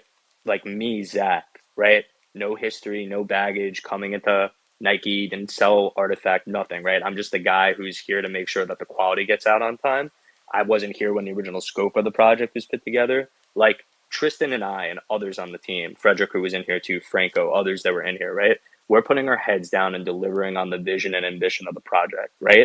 And to be honest, it was a pretty ambitious project, right? It's a very ambitious project. So all the reasons I was given before when I was naming Board Ape Yacht Club, it wasn't to compare in terms of like, oh, look what they did and look what we did, or like give analogies. There's no excuses, dude. There's no excuses. But for me, dude, I care less about the optics of people thinking that like, oh, Artifact's a joke, they can't deliver on time. And I care more about delivering a quality product when it's ready. When it's ready, dude. Like I'm not nobody's life is being hurt by this shit, right? Like people need to wake the fuck up, right? And I'm getting real for a second. People never heard me talk about this before, but of course we know it's a business, right? Of course we know that like delays fucking suck and that it's not cool and that it tarnishes our rep and people get pissed off. But you know what's fucking worse than that, bro? Delivering a project with Murakami's name on it when we don't feel like it's up to the quality of Murakami. It's just a fact, man. So the fact that like we're associated with Takashi, we're associated with Nike, this is the craziest fucking project that like we've delivered as a team. I'm not going to compare it to anyone else. I'm sorry, man. I wish I could have given that update a week ago, but I wanted to make sure with the people on my team that I had a new date to bank on. And it might be done before that new date, but at least I have the confidence now that based on all the work that we have left from a QC perspective, which I was doing before I dropped on this call, is achievable now beyond that date. And people don't have to stay up all night every night to get it done. Again, I'm not saying that you're wrong, dude, in terms of like your perception of shit, but to bring us down to that level, saying that like we're jokes, this project is comparable to a Monolith 2, everybody thinks we're whack. It's like rather than like trashing us like that, bro, because like you're a big supporter, maybe find time to like fucking uplift us, I right? send you guys messages all the time in the DMs, brother. Yeah, and then you do the opposite, right? Where you sound like When you you guys like fucking reply. walk us right into a train track, dude. Well, Like what's the train track, bro? the What like fact how that, dude, many eggs? every fucking okay, listen. How many eggs do you have? How many eggs do you have? How many eggs I do you don't have? even know. How many eggs do you claim for free? I'd zero. I didn't claim them. I let them out. Everybody else have them, and you can check the fucking timeline or the chain. I didn't get Okay. any free fucking eggs. Okay. So And how many eggs did we give away recently? a lot. And how much? And are we doing a public sale for the project? Dude, I'm just Zach, No. So all my comments below were related to communications, okay? It's a bad place to put your team, and it's a bad place to put your holders. Yeah. Okay, the holders that you have right now are the people that have been here forever. There's not many new ones. Okay, and the people that are thinking about being involved in Artifact come to us and they say, "Do you think Animus will drop on time?" And what did we say? We said yes, because you all had done some things on time recently. But then, and there was a countdown on the website. And then we heard nothing, and then we heard nothing. And as it came closer and closer, everybody's anxiety got higher and higher. I haven't really been paying attention, but when I do dial in and I see all this going on, it flabbergasts me that there's not that you couldn't have said or somebody couldn't have said a while ago, whoa, we're like 2 fucking months behind. But like You what know what Dre I mean? said, it's a business strategy, right? Like I'm not going to tell you the date until I know a new date. And also, you just said I wasn't following the whole time, and I just jumped in. Like I would appreciate it, bro, as somebody who I know and I respect as a big time holder of Artifact. That like if you're going to jump in on some comments, that you at least have the full context to jump in, because you just admitted that like you haven't been following, right? So like for me, What do you dude, I'm mean? not. You just said like I wasn't following the whole time, and then I jumped in to see that we were No, late. no, I followed. I saw the delay. People have been asking me about what went during spaces that I'm on and whatever as I'm rocking this PFP. They're asking like, what's going on with clones? And I'm like, they're dropping a cool Animus project. There's a ticker on the website. Check it out. You Yeah. know, and it's just just as much as you guys get frustrated, I think that you all have to understand like where we're coming from, and we are this artifact doesn't exist without the community. And so if you don't have a community that can go around repping you and saying, yeah, you can trust in their word, then we got nothing, dude. We'll find other places But to here's but represent. here's but here's here's my fault with that. There's two things, right? I Okay. agree with you that Artifact is nothing without the community. I agree with you that it's a bad look that we're late on stuff. And I agree with you, like as somebody who has a career in delivery, in production, product management, and project management, that I take a lot of responsibility for a lot of this lateness, right? Having said that though, right? I'd much rather have somebody call a spade like you, but also like recognize like what's being delivered, right? Then just look at the side of the coin, like, oh, they're late again. Artifact could go fuck themselves. Because Baron, let's call a spade a spade.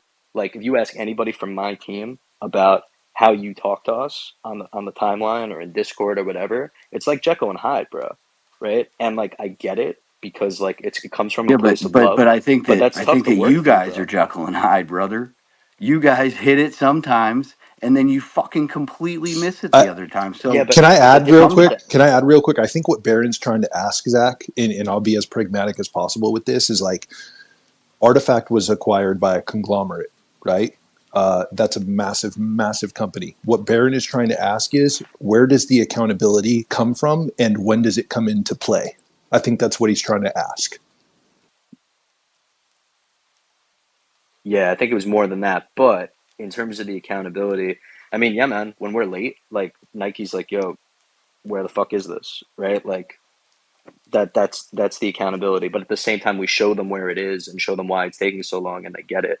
To everybody's in here is like Nike's never dealt with an artifact before, and I'm not talking about like the physical side of it, right? Because anybody can make a pair of sneakers, right? I'm talking about this crazy digital side of it. Imagine being in the room with them and being like, hey, we're going to do Project Animus. What do you think their reaction was? They had no fucking idea. They were like, great, CloneX was great, right? Like that was their context. CloneX did great. Royalties, right? We don't make royalties anymore, right? Like, I'm just saying that I get it. Like, I get what Baron is saying. Like, all of us take accountability for it. None of our team likes being late. And, like, we're a company. We have to hold our head up high and be responsible for that shit. But at the same time, I think it's a bullshit expectation for any member of our community to think that they can talk to members of our team in a way that is unbecoming of somebody who I would consider being a part of the community. And what I mean by that is it's like you can trash us, right? Chicago gives a lot of constructive criticism, and today I called him out on a term that he used because it had nothing to do with the constructive criticism. I'm saying criticize us, right? Rightfully so, but like be consistent, right? At the same time, it's like I get that artifact and consistency. It's not a word that's synonymous with it. But at the end of the day, right, what we're trying to put out is quality shit. And if we try to index more on the quality shit than trying to be quality on comms every time and quality on Yeah, but timeliness that's every that's time. always been my stick point. You didn't see one tweet about me. Where are my dunks? Where are my dunks? Didn't email anybody on your team about where are my dunks. I don't complain, dude. The only time that I get upset is when there's a clear like failure to communicate, and that's just because in the business world, there's no way that you can be in the service industry or in the industry of building a following and continuously miscommunicate. Like, just say next time, we don't know when Animus could be done because 2 years ago you guys were calling it Eggtober and you had people thinking something was coming in the next month. You know what I mean? It just so I get the sensitivity. I'm not saying the team's not working hard, and I'm not saying that this thing's not going to be cool. But what I'm saying is that there's a lot better ways to, in my from my seat, Baron, which is not you your you seat, you haven't which said is anything not about dunks, but you have DM me about other stuff, asking where it is, and DM me long shit, and I'm not gonna about get what. into it, dude. I'm not gonna put you on blast in terms of what it is, but at the end of the day, you and I should have a one-on-one conversation because I respect you and I like you. It's Dude, I'm just not gonna. Dude, I feel like I'm at the principal's office right now, dude. I really don't give a fuck what you think, Zach, and I don't give a fuck that you feel like I don't talk to you guys the right way. You guys are being defensive because you guys are once again behind on a major project that you said was your next IP. If you want to take that out on me, Karen, that's fine, dude. That is fine. But sometime you got to wake up and say, we're in over our heads. We're doing the best we can. We don't know when Animus is coming out, and stop pretending like you do. Like, we're cool if you just say we don't know. We'd no, have been cool if you but would have that's said that a long time ago, But that's the 2 point, years though. ago. That's what we disagree on, right? Like I've talked about how the ambition is crazy. I've talked about how we didn't release out comms until we were confident about a new date. So now we are confident that we're going to hit July 17th. And I'm sorry you feel like at the principal's office, bro. But this is my space. I don't host Twitter Spaces, and I really don't talk like this a lot of the time. But like my patience, right, for a lot of the shit that you're spewing is small. So if you don't like it, drop from I the feel stage, like, dude. and I've also done a lot of stuff for you guys too. Like, so you're acting like I'm like, I asked you about the ARR figure. I just went back and looked, and I didn't get one because you guys didn't come through for me. And then I had to get it through another holder. And then you came at me because I was upset with a post one of your team members put up while they were like traveling. And I agreed that that was probably like not an appropriate post. And I apologize to you for that. But if there's other things that I'm forgetting, then you can bring it up. But I feel like you're being pretty petty with me. And with that, I'll step down unless you want to get the last word in because I'm not going to try to like, I don't want it to be like a hang up type thing. There's no, there's no last word, dude. You and I, we talk a lot. Let's continue the discussion one on one. I wasn't trying to be defensive about the project. Everything you're right. Everything you said is right in terms of what we have to hold ourselves accountable to. I was just more so speaking from a one perspective. The energy that I get from you on Twitter just sometimes feels night and day, and that's regardless of animus. I'm just being real with you. So I I'll don't call my know. doctor then. Wait, I did mean, the delay for this thing have to come last minute? And I'm going to just use like true facts. Like yesterday, I said delay announcement coming tomorrow, and then Tevi today said there won't be a delay, and I said 2 weeks. I didn't say it with a question mark. I didn't say it with anything. I knew the delay announcement was coming today, and I knew it was going to be exactly 2 weeks. You know that, Zach, was at least true before yesterday, or I wouldn't have got that information that it's 100% true. So, like, so those are the things I feel like sometimes they choose to wait till the last minute so they can use this oops narrative that they've been playing. Versus, like, you could have just said it yesterday. I knew yesterday. I'm the one who put 2 weeks, and I said the announcement's coming tomorrow. But Chicago, and I know you can respect this take from me, right? There's a difference between like transparency, lying, and like strategy, right? And this is what Dre was hinting out before, where it was like, you're right. We could have tweeted like last week, oh, hey, we feel like it's going to be delayed, but we felt it was more appropriate, right? And it would have the same net impact if we tweeted out, right, after conversing internally and looking at what was left, what the new date was going to be. And you're right, we probably could have figured that out last week, but at the same time, we have our heads down working on stuff. So again, it was a strategy and a conscious decision, but like, we're not trying to manipulate a market. We're not trying to lie to people. It was a strategy. If you don't like the strategy, I don't know what to say, but like, we're not trying to hide anything. We're transparent about the fact that we're late. We got to own it. And like, we feel confident now we could hit July 17th. And if So, we like, can't walk hit me through July, the background. What would be the reason for the strategy being today? Not like just it could have been, so why not? Like, what would be like you write down on a chalkboard pros and cons of waiting till the last minute every time to say oops? What would be like the pros of writing that down for yesterday instead of expecting that everyone knows they're right and it's coming and then it does come and it feels more of a letdown to people like Barron? I can't, man, because at the end of the day, it's like, I think it's going to sound like a lot of defense. Like I was just like, I'm taking a step back and looking at how I was just coming at Barron. I think it's going to sound like a lot of defense, right? In terms of like my outlook on it, because I played a big role in terms of informing why we tweeted today, right? But a lot of that had to do with like, I'm heads down too working on it. Tristan's heads down too working on it. Other members of our team, like Connie, Harlan, we're all heads down working on this shit, right? So anytime we pop our heads out of a meeting, right, and get in a meeting and discuss, oh, how much we have left, and I'm the guy who's chasing and putting my head down to do a lot of this work. It takes time away. So it's a delicate balance between like, this Chicago, I'm sure, from just like whether it's from own personal background or dealing with like corporate bullshit. It's like you don't want to have the meeting for the sake of the meeting, and that heads down time is going to be better served if everybody's on the same page and like talking it out rather than like getting into a meeting just to say you were in a meeting. So a lot of it is like, okay, a week ago, right? I knew as somebody who had a bird's eye view of everything that we had X amount left, but I thought that we can make enough headway, right, where we can still potentially deliver on time. And as the week closed last week, that became abundantly clear that it couldn't. But rather than like talk to the founders, be like, hey, I think we should put out a tweet that we're going to be late, right? I did talk with them and we did agree like, okay, well, better that you talk with the other team leads and figure out what actually is left and how you're going to achieve it and what date you're going to hit and then do that. And like, for better or worse, that happened over the past few days and that led to us tweeting today rather than waiting till tomorrow. Because another thought was we wait until tomorrow, but everybody was of the opinion that that was also not a good idea. So yeah, man, there's no right or wrong answer to a lot of this stuff. It's more like here's all the data input, here's how we're working, this is what we're going to share with everyone. And for better or worse, like we try our best to be honest with people and be transparent about when shit's going to come. And that was the decision today to do it today and to do it once we felt good about a new date.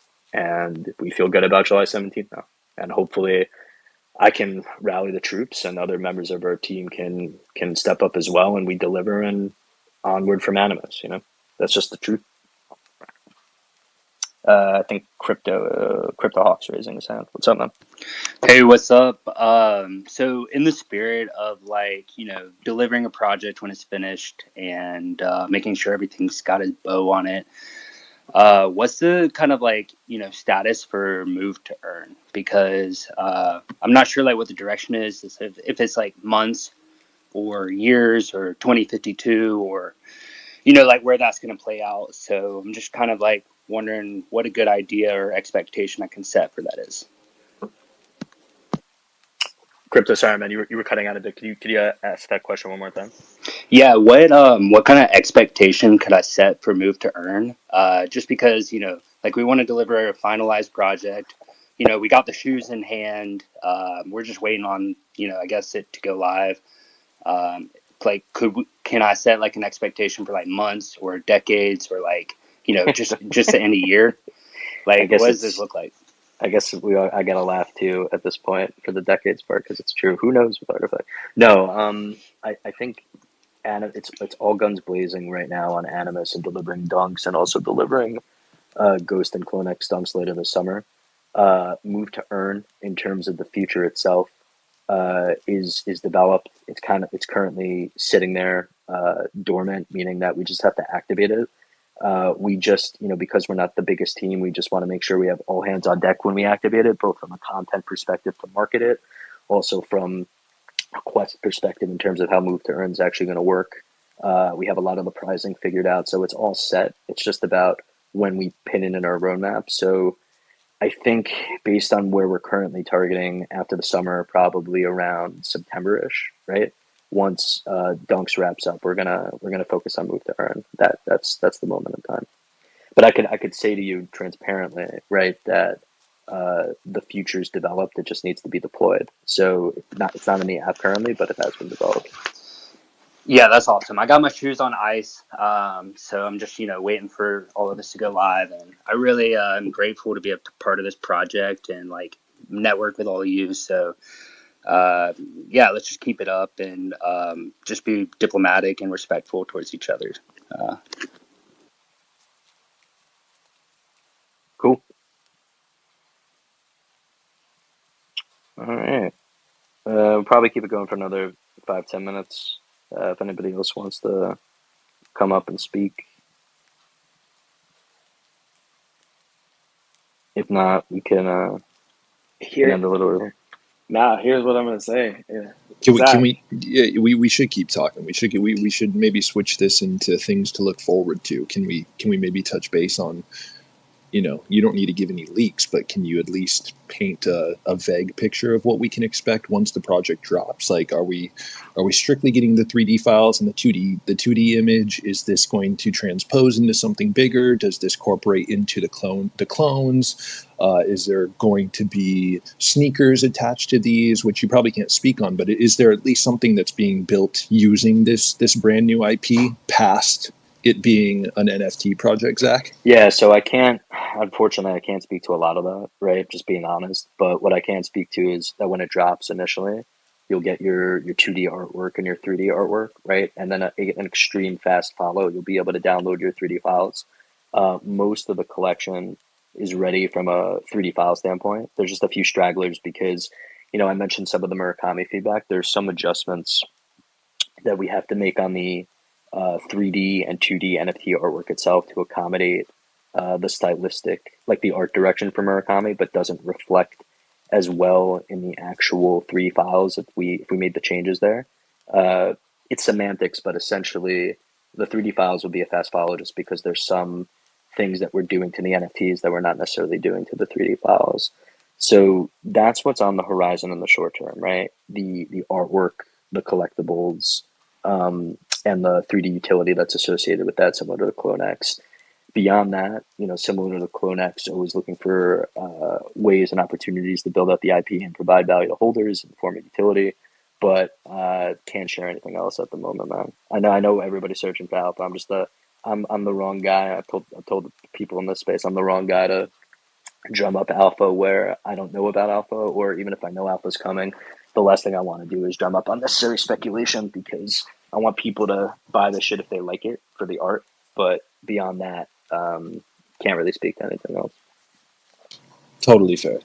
No, that's sick. And then I do actually have another question, like, because you are intertwined with a lot of moving pieces of this project and the overarching project, like, what's the general consensus on the inside? Like, are people still equally as stoked as they were day one? Like, can we still expect, bigger and better and more innovative, forward thinking shit in the future?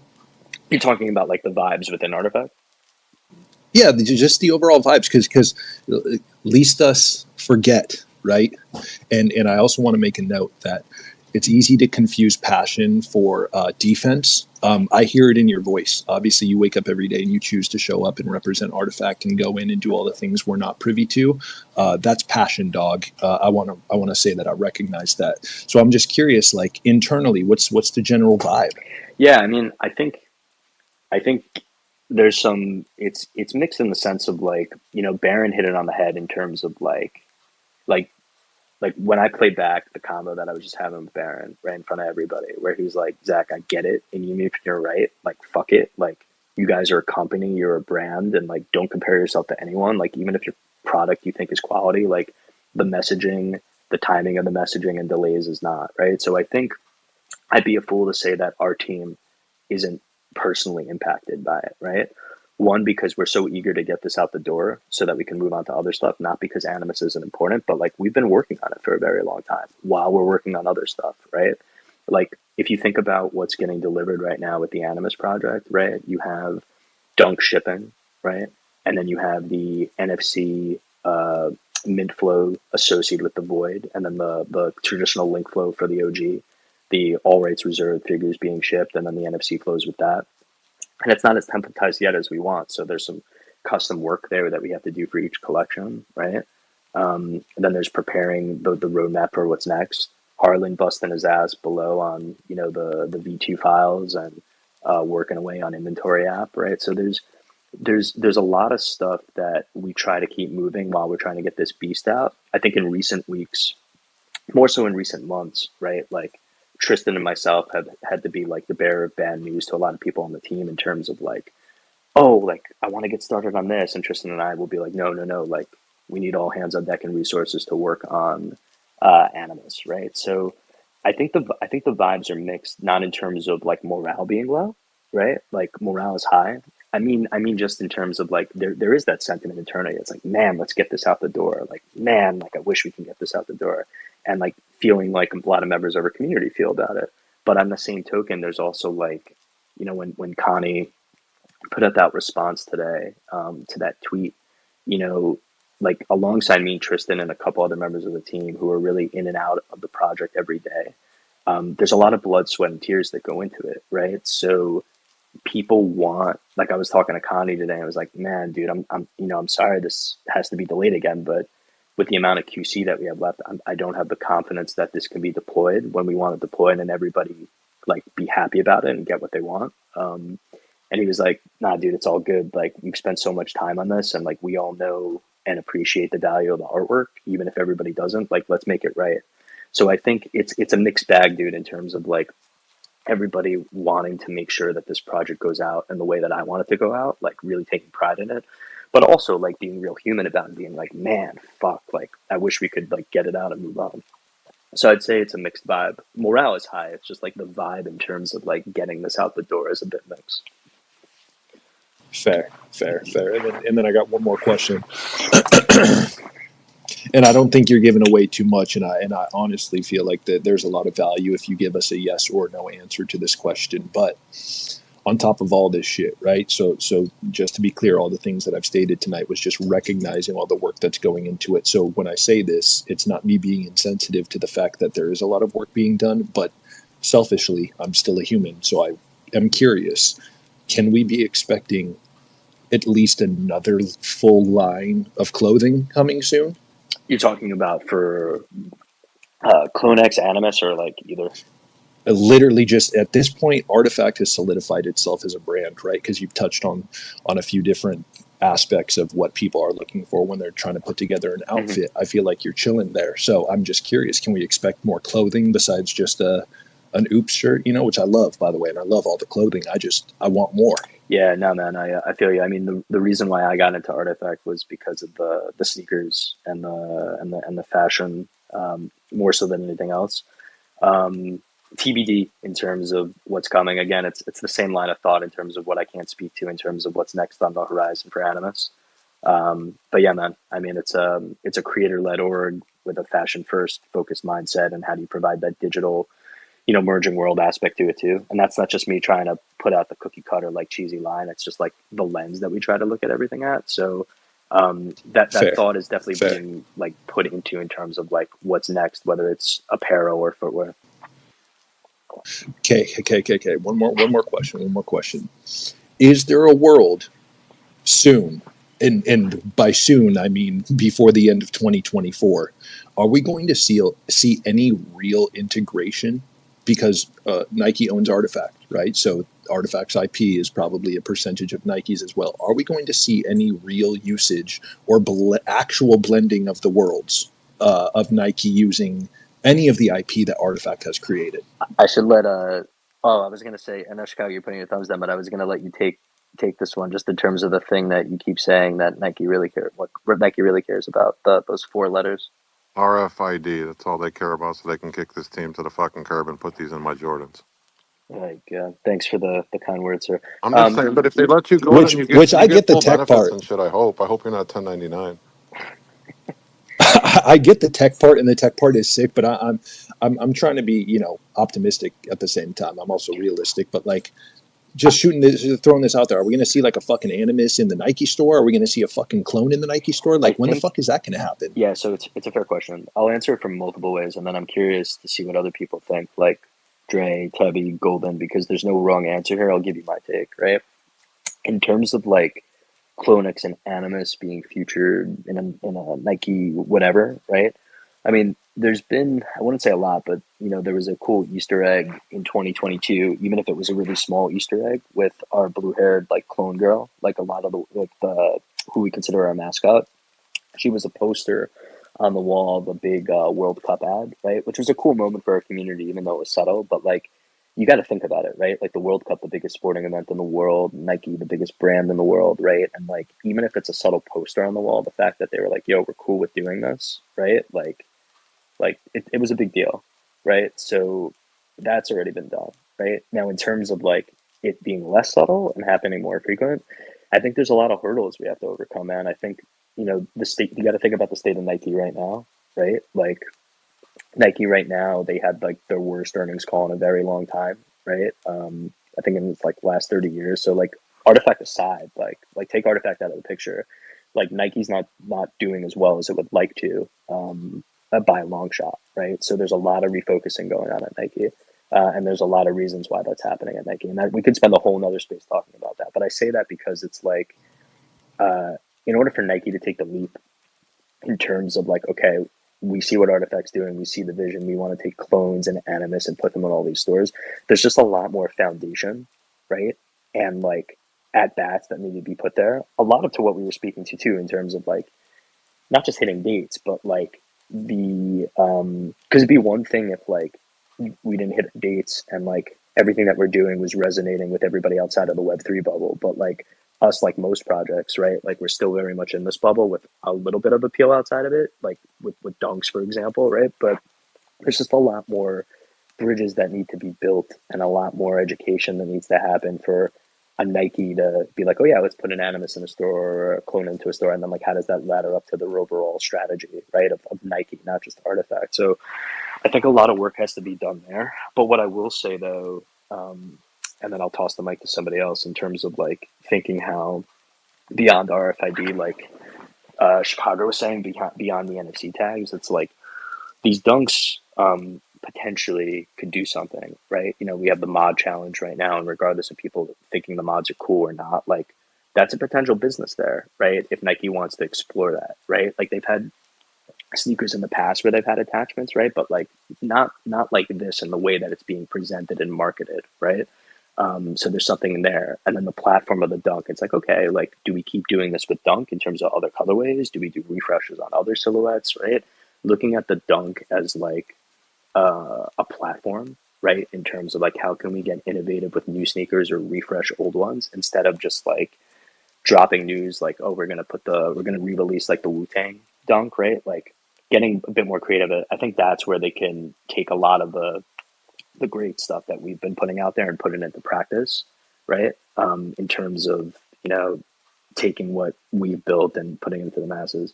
But yeah, man, it's a very like, it's the $1 billion question, right? Not just for us, but for any brand. And I know I'm going along with this answer, but I think it's just, there's too many layers to it to really unpack, like when we could see a clone or an Animus in somewhere like where you don't see it today. Hope that makes sense. No, fair. No, fair, it does. And by the way, I'm not asking that question from the perspective of like, oh, it's going to pump our bags. I don't give a fuck about that. I'm purely thinking on the fact of here's Nike that acquired this incredibly creative fucking just monster house that knows how to create awesome IP that's targeted at the future, right? The way that you operate any kind of successful CPG brand, or whether that's literally anything, is you're following trends, right? And the trend is like, my girl is next to me and she's going to hate that I say this, but like gamers are the new athletes. And here you have Nike that has Artifact that is all tapped. I know you hate that. Take it with a grain of salt, dog. Take it with a grain of salt. but you have Nike over here that has this awesome IP house that is, you know, kind of catered and geared towards that. So I mean, I know it's easier said than done. There's a lot of hoops. It doesn't fucking matter that Nike owns them. I know that there's so much logistics and planning that goes into all of that. So it was just a question, and it would just be cool to see, honestly. And it's just more inspiration and fuel for other creatives to see that, like, you know, no dream is too big. That's pretty much all I was It, saying. it But needs yeah, I it needs a appreciate you, place Zach. to be in the store.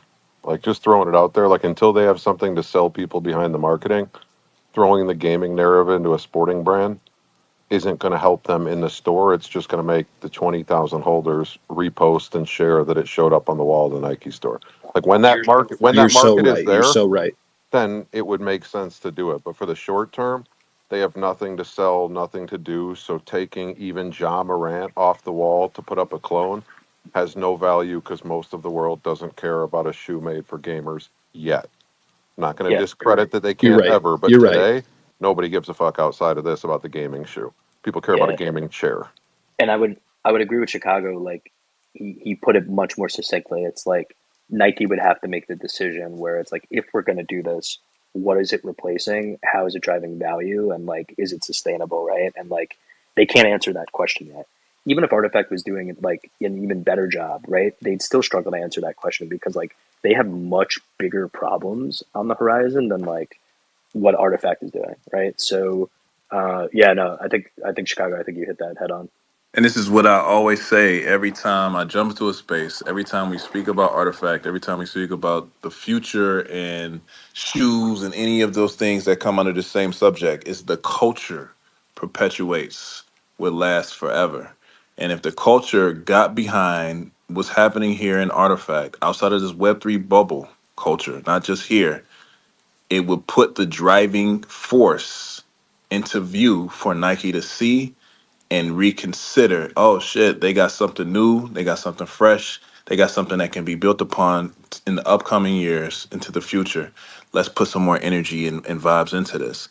But it takes the identity and the merging of the culture for that to happen. Hence why I don't know if you saw my list, Zach, for the seating, but the people that I decided to shoot the seat to is for that reason. They will help get more visibility into the culture, but that's a whole nother conversation. But to answer your question directly, create Nike is already taking some cues that Artifact have helped put out there with the release of the Vanta Black Air Force Ones that are coming out next year. Nike has a tendency of seeing something that comes up from a designer or the community that the designer is a part of, and if they see it's a hit and it has great reviews, they take it and put their own spin on it, as they should, especially when they own the IP. So with the Vanta Black Air Force Ones releasing in October 2025, they took the same material that was created with Artifact for the Black Hole Black Air Force Ones we got for the CloneX colorway, and Nike's releasing their own pair. So that lets you know that they struck a chord with the designing team, the materials, and everything that they utilized that Artifact came out with first. So the answer is yes. And that shows potential for anyone who's an optimistic individual that can think and believe that something can happen in the future. But it all boils down to the culture. They have to be aware and behind this to give it the legs that it needs to continue on into the next 10 years. Artifact they didn't You're create the material. Artifact was the first one to pick it from a bunch of swatches of fabric. If we want to give credit to who's the first person to do the midnight black, it's probably the people who painted on that BMW that went viral like 2 years ago. And then everybody else is going with that ultra black color and shit. But Artifact, nobody on this team came in and designed that material. Nike had that in their swatch book, and they picked it because it was clean. But technically, you could sit here and say that started with Nike. They just allowed Artifact to be the first person to put a shoe out with it. Well, that's not what the designers told me at ComplexCon when I interviewed him directly. They said they came up with that material themselves. That was something that they came together with. It was two Designers of different. who, though? Just curious. You said what? Designers of what? Just The curious. designer of the sneaker, who the people from Nike who helped design the shoes with Artifact. I interviewed them at the ComplexCon. You can look it up on YouTube. And they said we came up with these materials. Artifact came to us and said we had this idea. We came and brought these materials to them. It had never been done before. This is the first shoe to ever release it. We're excited to go down this path. They started talking about the Void colorway, the materials used on that. They started talking about how the OG Dunks are a one-piece upper that had utilized this lenticular holographic material that's never been done before. We went deep into details about it, and we actually spoke about it off camera as well. So that's what they came with and put that information out there. So I got it straight from the horse's mouth. Yeah. Also, just to go off of what Dre's saying, we had them on the space as well, and they actually came on and said the same exact thing. And it was their first time on the spaces because some of the Nike employees don't even get on Twitter like that. So, I mean, it's one of those things to where I think if Artifact keeps creating and pushing that needle forward, and taking silhouettes and actually revising them instead of just throwing the color wave on it, we'll see the bigger push. Just like we're seeing with Mikey with the bikes coming out with the fours. I mean, he redid the whole four up. I mean, I think this is going to be their wave if they want to re-innovate some of these silhouettes instead of just dropping the same colors in the same retros and really diluting the pairs out there. But again, it has to be something that's perpetuated by the culture. Oh, Nike for is sure, for somebody sure, 100%. I'm with you on that, who's Dre. coming through that's I'm with you saying on that. like, "Yo, we gonna do this if they want it." The same reason why we had so many athletes being signed to Nike in the '90s because it was a hit. So what Facts. happened with Michael Jordan? They said, "Fuck it, let's run it back with Bo Jacket. Fuck it, let's run it back with Anthony Hardaway. Fuck it, let's run it back with Ken Griffey." And then that meta ran out, and now Nike. That's why they're in the position they're in now, right? Because what happened after that? Influencers, designers, Virgil. Yep. Then they went to what? Musicians, Travis Scott. And now they running out of who to jump in the bed with to create the demand from the people, and they're looking forward towards trying to figure that out, and they're stumped. A lot of them other dudes got picked up from other brands. We talked about this in the other space, Chicago. So this is something if they gave enough energy into it, could be a possibility to figure out. But like Zach said, they are in a very peculiar situation, dropping their stock by 20% in one day after that quarter call. It's something that they have to Forty make percent in decisions. 6 months.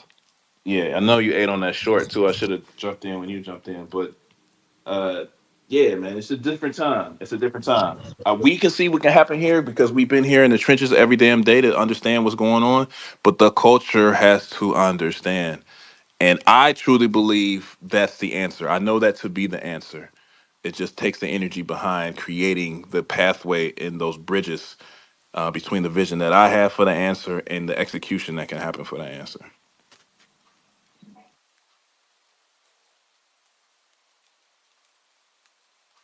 Sounds like the movie You People when they try to explain the word culture.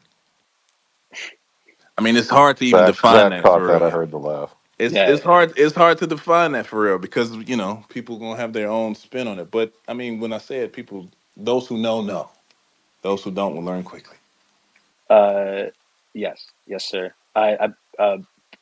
Ben has had his hand up for a while, man. Sorry we didn't get to you. What's going on? Hey, what's up? Thanks for having me up, man. I just want to say I got my dunks today, and they're absolutely insane. Everything I was hoping for, everything I dreamed of, absolutely loved them. Every part of it, man, to the laces. It's just awesome. And I wanted to let you know, dude, hear from me. I'm a gamer. I'm an artist. Uh, I was an esports player for my college when esports first became a thing because I've been gaming for 20 some years and never, ever in my life did I spend more than $80 on a pair of shoes. But when I saw these dunks, matter of fact, when I saw the Jet, the Valorant Jet concept art, I was like, man, I gotta have these. Then I saw the dunks and I jumped on it, and I just want to let you know, coming from a gamer and an artist who'd never spent any amount of money on a pair of kicks, I was 100% on these ones. And I just happen to be in Web3 because Web3 art is my deal. 3D design and, of course, gaming.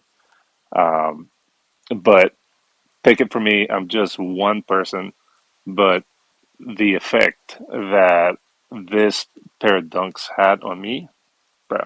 It could be replicated with a lot of other people, and gaming people fade it, but at the same time, it's 180 something billion-dollar industry, right? With a B. So I think Dre has it on, has it right. Hit it up with the culture, and then things just take off. I think the voids are called prowlers on TikTok, and I'm not on TikTok, but that just kind of tells you it's beginning to sort of take its own place in the culture. So I really want to know what's next for the dunks, but I understand you can't say much. I want to share my perspective as somebody who never bought anything over $80 worth of sneakers. So thanks, bro. No, that's awesome, That dude. so Zach, let me quick jump. I know you're trying to close the space, but that was a really good take. I don't know if you guys can hear me. Maybe I'm wrong. Maybe I'm not. Uh, the only thing I will add, honestly, is there's been a lot of really good takes. Some better than others throughout the night, but fair is fair. I think at the end of the day, the one thing that I just want people to understand and realize is that we're only. Is my shit busted or is no one talking? No, Tabby's talking, but You some just people can't can't hear hear him. We can hear Tubby. you though, Tabby. I can hear Ted. Okay. Okay. Cool. Yeah. The only thing I will say is like we're only 2 years, officially under the Nike umbrella. Maybe a little bit longer with a lot less resources when it was just the founders and their thing.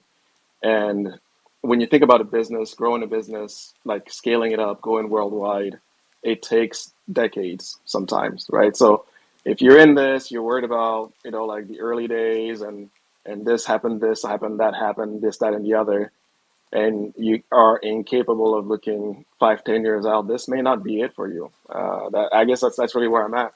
I'm like, yeah, things are going to get delayed, things are going to get pushed.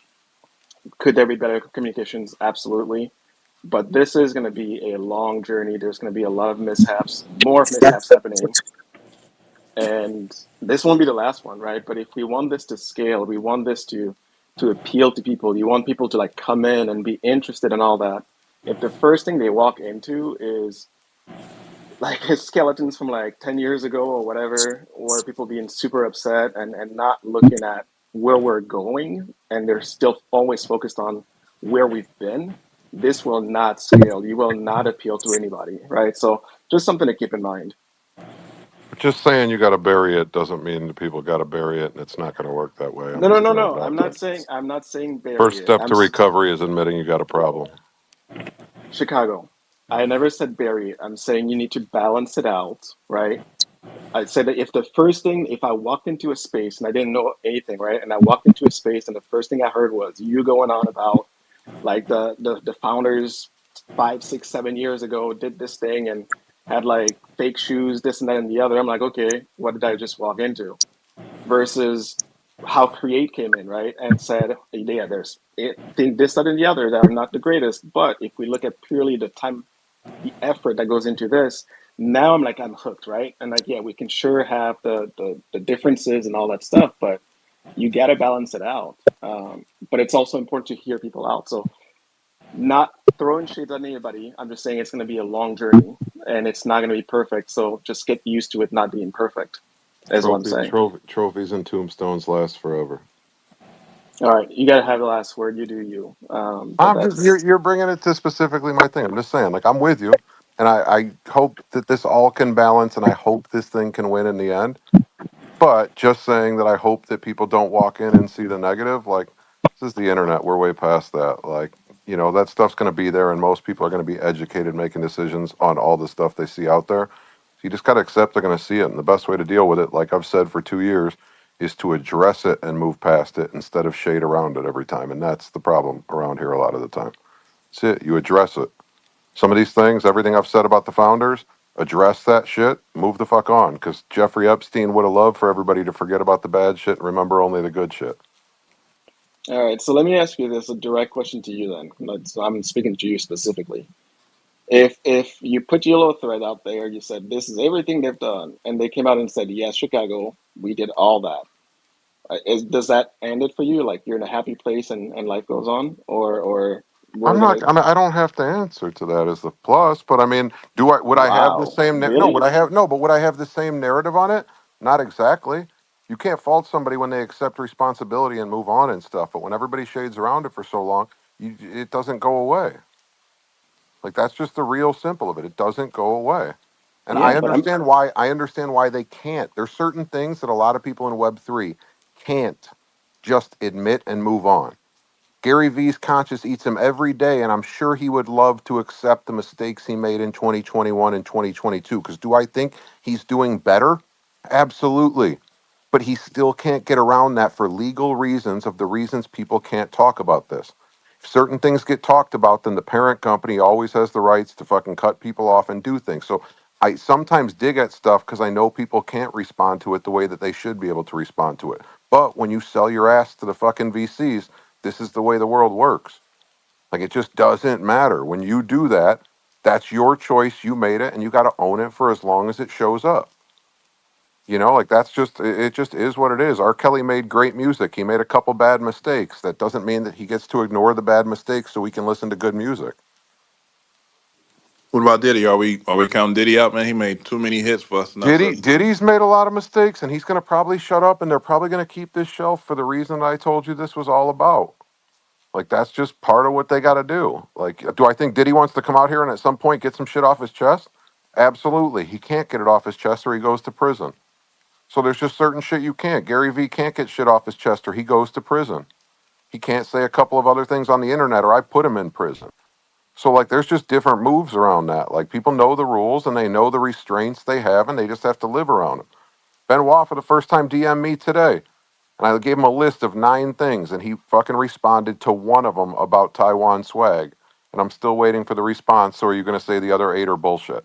He won't respond. He's like, I'm just addressing one, which means all the other 8 points were valid because you had no response for him. And I get you can't do certain things in public and I get whatever. But if you would just address them, then some people can't do it. Dude, growing up, bro, I was a big kid. Somebody's like, you're fat. I'm like, I know. And you know what? You don't have a good line past that. Everybody around here knows how that works. Somebody says this, you say, yeah, you're right. Cool. What else? But that's just the simple of it. Like, that's how you deflect it. You accept it and you move on. Like, what do you want me to tell you? I wasn't like an overweight kid. Like, shit. Like, cool story, you guys. Like, you got me with the insult. Like, let's move on to something else. But like You I know? said, man, that having that type of analogy, you're talking about being an overweight kid and talking about the business dealings or the agreements that have happened behind closed doors is two totally different conversations. Not No. justifying any or either way, but to bring back up, it's certain things that have happened as a strategy that we might not ever know information about. Other things where you had on those questions, I don't know those 9 questions that you asked or those 8 that didn't get answered, but I think but I Chicago's talking guess about 8 Mile, where like at the end Eminem's like, yeah, you fucked my wife, like, yeah, I'm fat and ugly and like all of that, and like, what are you gonna do about it? So it's no, like I get the ultimate analogy. I'm just yeah. saying, like, I don't think that Very good reference. I get I everybody understands that, And right? You take the and power away from Chicago, it, but it's certain Chicago, things back that to you you can't though. do. Like Chicago, back to you. Like, what's to say that the founders can't go start like another spinoff? Like, if they're gonna have all this ideas and all this energy and all this motivation, like, what's gonna stop them from doing it again? And so, basically, like, if you want to cut off one of the heads of the dragon, like, you're just gonna slow down. Like, I know your energy and animosities towards Benito, but like, if you're just gonna slow him down, like, It's what's actually more gonna towards stop them Zap if from? you want me to be technical. all right. But So again, my question stands, right? It's like, okay, you have all of these things that you want them to clear up. So again, I'm asking a hypothetical question, right? Because we're talking about this.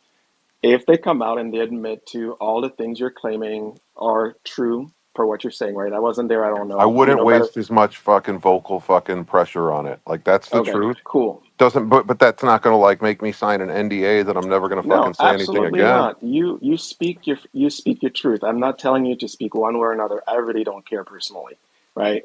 I'm just saying like because I hear you on every space bring up the same things. Every now and then somebody will repost your tweet. Because it's about the character of the people. That's the only reason I bring it up. Not because I give a shit about what they did. I don't care about selling fakes. I don't care about stealing fucking proprietary information. I don't care about any of that. I care about that showing the character of the people that are at top of this project and how things don't change. And it's because of the characters at the top.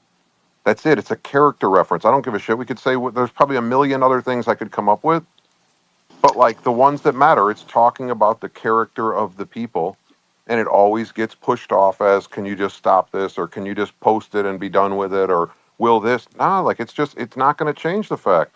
Like, you know how many people fucking hate me? Has anybody ever been able to dig up anything on me? No. You know why? Because I don't have ghosts. It's the most No, it's probably beautiful because thing about my life. it's Well, you probably did because sell people don't shoelaces care for that $500, much. bro. That's It's kind of probably because what? ghastly. So you It's just sell probably because shoelaces people for don't. $500. I wasn't say it's probably I because people sold don't shoelaces for want to five spend hundred the dollars I'm for time. a just shoe. fucking with you. I'm just I fucking sold with it. you. Wait, hold Nobody on, cares. wait. Nobody Correct. cares. Correction. Pause. I sold them for $1,750 when the market allowed me to sell them for $1,750 in a first world problem situation where I was transparent about what I was selling. That's That's all. such, that's such an Never asshole change the move, word, man. dude. I mean, I've That's kept such an markets ass. under. 1750. I can't, bro. I'm Bro, you taking it. tried to buy a pair of Red Hey, Octobers wait, for wait, eight whoa, grand whoa, because you whoa, thought that whoa, was the market, whoa. and I said that's It's some first world problem it's shit. not about me, okay? It's not about me, all right? This is about you now. Don't do that, all right? Why was it okay to pay 8,000, but it wasn't okay at the time to pay 12,000? It's never okay, Chicago. Okay, that's the It's point. That's the totally problem. okay. Why are you selling a Kith fucking BMW? Why are you selling cause Hey, hey, print? hey! It's again. This isn't not But no, about I know, I but the mean, me. laces are the if same we as any of that stuff. okay, you know what? I think it's fine. I think that you answered my question, so thank you for that. Yeah, that's So, it. But do I think that it would make them sleep better at night and me have less fucking ammo to go at their character? Yes. Because people can make mistakes and they can accept them and they can try to move forward. But when you keep them in your past and keep them there, then they're going to keep haunting you. It's just that fucking simple. I do have one more question for you. So earlier you said that you fully understand that they can't come out and speak about certain things because of X, Y, and Z and where they are now in life, right? So what do you gain by continuing to press the same Pressure. buttons when you know just pressure and happiness? I mean, there's a little bit to it. If you sold your soul to the devil and you can't speak on something and correct the fucking wrongs from right, then I don't give a fuck about your feelings. Like, that's just the Cool. reality. Like, but in the Okay. end, I'm keeping getting on the character of the people at the top of this project, and that's why I never bring fucking Chris into it, because I can't speak on his character. I can speak on the character of two of the three people and one of the hires. So when you sit there, and there's no snakes on my team, so you can say whatever you want, but when there's no snakes on my team when I build one, that just keeps it real simple. Like, I would have to take responsibility. If I own a company and I have an employee that does something wrong, I have to stand on the grenade first and then deal with it. It doesn't really matter. I don't give a shit if one of my employees steals customers' data. That's my responsibility. It's my company. I'm the person who has to eat it first, and then I can deal with that person either privately or in the court of law, however I need to separately. But in the end, I got to sit there and own that one at the top. And so all I'm saying is, yes, I do believe that when somebody built their net worth on frauds, scams, and fakes in the sneaker business, you're allowed to use that as a character reference for somebody who's building in the sneaker business. All right. This was a very thorough answer. I appreciate that. I guess the last thing that I have for you then is, will you, because I know you're all about transparency and being 100, keeping a buck, really just let it all out, put it all out there. Who's your But source? I put it all out, and I'm sorry that I'm not going to Cliff's Notes it in a way that you can all read it in one No, no, post no, and no, pin no. it up. I'm saying like right now, right? This is not a recorded space, right?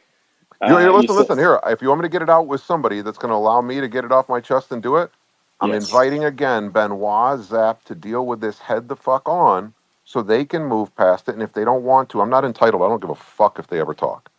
Like, I'm the only time where this was ever supposed to get to its fucking bubble was when Cass invited the town hall after the ghost drop, told me to go get people so that we can talk about it, said we're having a town hall, and then those two talked and cut the space before me and all the people I brought around that day were here to have the conversation. That's Like, I not on went, them, though. I'm no, gonna tell you. I'm gonna cut you off I right now. understand that it wasn't the right time to have it. I don't get this, No, and I'm no, no, not no, no. I'm blaming saying that Cass. decision. That decision on that space. That wasn't even on him. That was my idea. That's what I told him to do. I said, throw a space.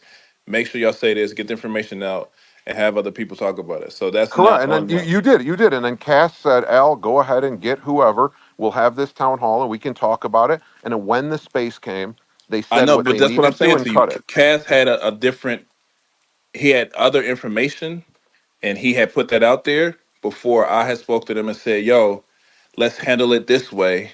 Make Well, then sure you were smart to not let them get into it with me on that space at it that wasn't time. it wasn't about getting to you. Honestly, it would at that time when I gave him that information, I wasn't thinking about you. I was thinking about all the work that had been done up to that point for the community and with the community and how people were reacting to it and how as a community member not wanting that thing to go down as another monolith situation. So those were my ideas and my words to them Because you directly. knew me well enough to know how I that thing would wasn't go. caring about you, bro. I wasn't thinking No, it about wasn't you. about caring about me. You were caring about Artifact by knowing No, what it would was happen if we had about that no. It discussion. was about getting the information across and us. I said, put that space out there, get the information across. Only you guys speak. Keep it under 5 minutes, and then we will regroup and rebuild and come back out with information later for the community to follow up with. I'm That was waiting. not. That was my idea from the top. When that shit hit the fan, and you got me talking about stuff I've never said to anyone ever. But if you're gonna speak about it, we're gonna speak the truth. That was me. When all that shit happened and the shit hit the fan, I called them that morning. Yo, what is going on? We need to do something about this. It's not going to work out the way that you guys want to plan it out. We started talking about it in a different manner. They said, what do you think? I said, this is what I think. Do this, do this, do this. And that's what happened. And that's also how I got into the conversation about designing the dunks, the ghost dunks, because we had a further conversation later on that day.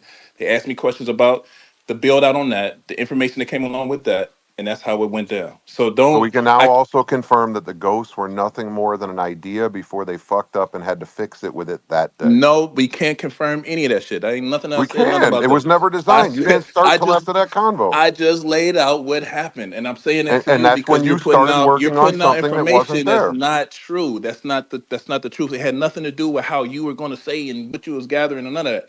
It was about me thinking That we wasn't have about me. It was worked about the way the community we reacted had to the voting we decisions. had worked so hard to build up the morale after the Monolith 2 situation. Compound and I have been throwing spaces every fucking day for the entire year, and we wanted to make sure everything was executing correctly. It was something that they wanted to shoot for. I can't speak on that side. I can only speak on what I was involved for, and that's where it was at. That's what it happened. I You said, know, "Yo, listen, you're right. It was a smart business decision by you to give them the advice of to take it that way. That's fine. But all it does is furthers this down the line to keep coming back. And that's it. Like, I'm with you. It was probably the best move. If I was on the other side of it, advising them on what not to do, I would say, hey, you know that Chicago guy who we just told to bring up people here to talk? Let's not address him because it's not going to go well. no, bro, no, nobody cared. Nobody cared. It wasn't about that. It was about getting the message across to the community of people who were supporting what was happening that day. It wasn't about nothing ever came across. Yo, don't let Chicago speak. If one thing we gonna do is not let him Make talk. it Hell, saying let's keep it 5 minutes means stop, don't take the community no. input on this Make one and keep put it them out the 5 minutes. job. Was we're getting this information One across of to them the was the Joe community. Biden debate. One of them was Joe Biden's 4 minute speech the other Like night. Joe Budden ain't got shit to do with it. One The had a point of getting teleprompter, the one was five open minute across was conversation. saying, "Hey, let's deliver this information. After we deliver this information, cut the fucking mic off and we will regroup and do it again later." That's what it was about. It had nothing to do with no one else. And they executed, and the ghost came out, and it was fucking historic. But I don't want you painting the narrative that it has something to do with you when it had nothing to do with you at Okay, all. listen, you can skin it however you want. It's not about me. It's about you were sitting here saying that you made it 5 minutes to cut out the voices. It's the same difference as Biden coming No, out for a not five cut minute out the speech. voices to get the Yes. information across. If we're getting information across, what the hell do we need to have a 20-minute spaces about? Get the What information what were across, you what were you unplug the trying mic, and get out that what were you motherfucker. trying to go backwards on? It wasn't going back. Listen, you're not hearing what I'm saying. You're putting words and shit in it. Listen to me directly. Not going backwards. Getting information across. Unplug the mic. We speaking and we done talking. We out. That was Well, it. well, then the team cast who told me to come there and get people for that conversation, you have to now own up to everybody who's a team member is all part of your umbrella, which means everything is your responsibility at the top, however you want to look at it. And I don't blame Cass. It wasn't his spot to jump in and control that narrative. He said what he thought would work, and it didn't work, and it's totally cool, and I never put that blame to him. But I got nothing to do with nothing for real, bro. Like It does it though. it don't because it was something that passed. Cass was having a Ghost was never space. designed that day. It all came up after a bad decision, and that's when you jumped in and got to help him put on the No, design. that's not the truth either. I put input in on the ghosts. I said, as a community member and understanding how sneakers work, it looks too close to the OG. If I bought X amount of OGs thinking that this 100% agree. this was the only thing that I was going to get, if I was going to get this limited edition sneaker right here called the OG, Because and I the had to ghost own, didn't exist to drop at the I time. know that's not. You keep making up shit, bro. Listen to me. Let me finish. The ghost was already there.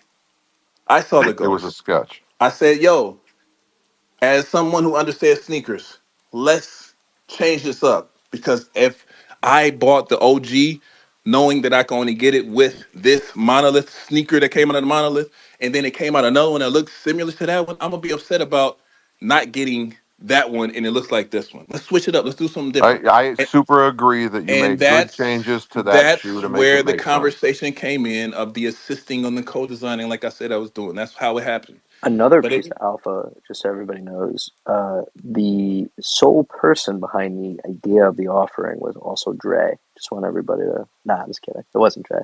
Funny story. When that happened, Dre actually called me and he was like, "Zach, Because Dre was on the this space better with us, and he knows this." it was a terrible idea. No, he called me. He's like, "Zach, this better not be real. It's better not be real." Dre was on the space. We were discussing it. He fully agreed. This better not be real. It was I a wasn't bad on the business. So, space, bro. I was talking to the founders. When Cass had that space, I was talking to the founders, and we were coming up with a plan as a team. That's why Cass came to you and no, said, "Okay, go, I'm talking about go." the day the oops decision came up, That's and a what I'm bunch of saying. people were on. That's the same space. While Cass was having the space, speaking to everyone else in the community, I was talking to the founders, devising a plan on how to handle it. That's why he came to you and said, "Okay, get the people," because Cass didn't know because he wasn't on the call with everybody else. I was on the call with them, and that's Regardless, when.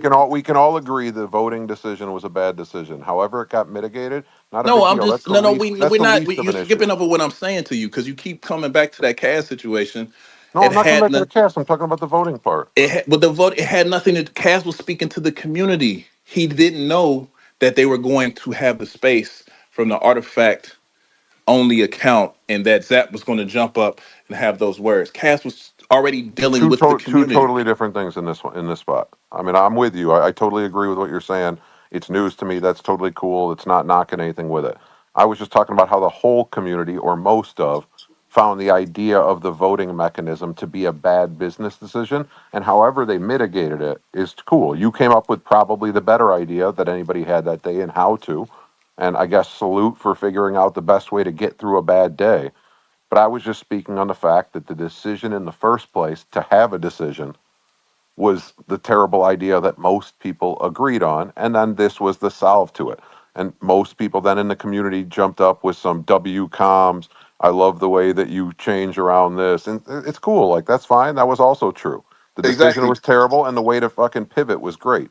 Exactly. And what have we been talking about with you this entire night? Just come out with something, admit to something, and move on from it. That's exactly what the fuck happened. I told them, come out with something, admit to But something. we're talking about something different. You're right. Well, no, no, no. You did it We're right on talking that about one. the same thought process. You said as long as somebody comes out, speaks on it, we can move past it. You can't criticize them for doing exactly what you just said they should Yo, be listen, doing I anyway. think you could probably find the tweet. I said when they pivoted that day to drop the ghost, etc., and change the way to do it, I said that was a great idea. I know, and I'm telling It you, was crazy that that's it the had to be. execution that happened with the ghost back then. So why are we talking about it right now? We came out, identified the issue, said, "Yo, we But yeah, fucked but up hold on on, that," you're and, jumping in and because moved Tevy's on to talking the about issue. personal. Tevy's talking about would I stop because of personal stuff if they addressed No, it. no, I'm no. not I talking know about what the you're I talking. did ghost. not say stop. I did not say I'm stop. I saying told No, you that you you know that. said what I meant, Tevy. I don't the mean way to physically handle fully this was stop. Would it stop the narrative? identify the issue, say we fucked up, and move past it. That's exactly what happened. The ghost was And in created that instance, out you of did those it correctly. actions. You did That's it exactly. correctly. So that's what I'm saying. You Wait, why are we talking? Why are we talking about it now? We move past that. we're not talking about the ghost decision. We're talking about what he brought up to me, and then you pivoted it to the ghost decision. I'm not talking about the ghost decision to change it. That was a great real time transition to fix a terrible mistake.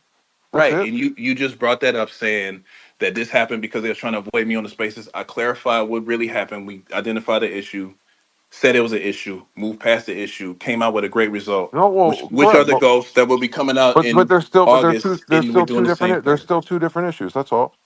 One of them is about the personal shit that he said, would this have addressed it? And I said that day, I had people from the real sneaker space who were going to address the real shit that the real team did back in the day, and we didn't. So now it just continues. That's it.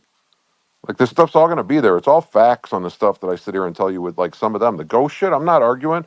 It was a bad move to allow the people who didn't participate to vote, and it was a good move to pivot it into something like a new shoe that wasn't ready to come out like the Ghost, and it was probably an even better move for you to add a fucking translucent sole on it and indifferent, make it indifferent from the other one.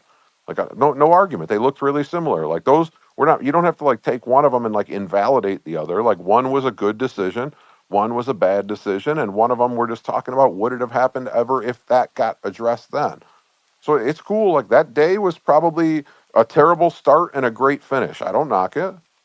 But when you ask why we haven't addressed some of this stuff, I'm just telling you the time when this was supposed to get addressed and it didn't. And it solved your problem for the day, but it kept another one lingering. That's it.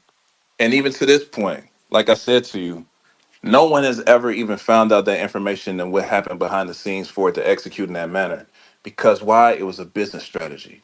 I'm just now bringing Well, this up that's right fair enough. now. If you have any I'm business I'm strategies in bringing your this up life that right tell, now to so you can have correct information and stop going into misinformation when you're talking about these specific what events. misinformation? What you're talking about with Cass trying to avoid you and telling you to come and bring the But people up and no, they're no, not but trying to talk they're to you. both No, they're both correct. well, no, they're not, They're bro. both That's what I'm correct. saying to you. They're not correct. That's the whole point. So again, back to the major point of what we're saying. Certain things might not be spoken about due to it being business strategy. No one knew that I had any type of discussion with them about any of this stuff until this day. The sneakers of the Ghost coming out in August, nobody had any clue. Why? Because it wasn't my place to go out and say, yo, you know, I talked about this with them over here and I did this behind the scenes and this is no, because it was a business strategy. Same situation as them not coming out and saying certain things about the business strategy they have when sitting down talking Listen, to I'm a okay. conglomerate I'm like okay with Nike. having quiet business strategies, but if anybody in this room, for any reason, thinks that lying in a way that's destructive as a business strategy justifies the excuse for the moral compass you break, then I'm sorry. You're all shitty people for having that Oh, thought. If so that's the does way you that want to mean move. that I was lying when they came up and they said, yo, the founders made a great communication effort. This is a No, great you thing. weren't You're lying. making You a weren't pivot. lying. Is that No, a you lie? weren't. Because I didn't come out and say, yo, Yo, that was me. You know no, that. no, no, no, no, dude. You were the one agreeing that it was bad in the beginning that they did that, and then you called them direct and fixed it. And we all agreed that the way they did that vote was not a good mechanism. And we can all agree that the way they pivoted that night was a good business decision. None of that is being argued. Like, I'm not knocking it. I probably have a tweet if you find that day that will say that that was a great pivot to a terrible start to a day. I'm not So, knocking. I've so said that we since we day can one. agree that just because certain information is not spoken about in the forefront doesn't make it a lie. But we weren't addressed. I was never calling any of that a lie. I know any of that a lie, but I'm saying that same thought process, that same business structure is applied to whatever has happened at those meetings, If at it's those the tables truth, with Nike. It's if it's not for the us to know, bro. Like I'm saying, we and that's just again my opinion, and we can leave it there. But well, in then my opinion, you it's can't not use that for. it wasn't and it's an opinion. Like I'm with you.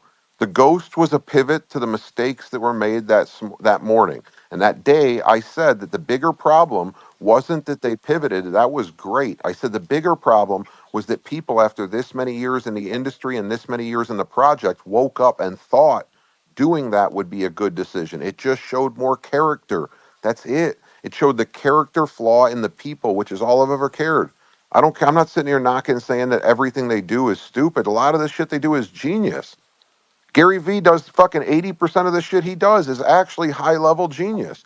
20% of it, his moral compass is fucking can is conflicted and it causes me to fucking focus on that stuff.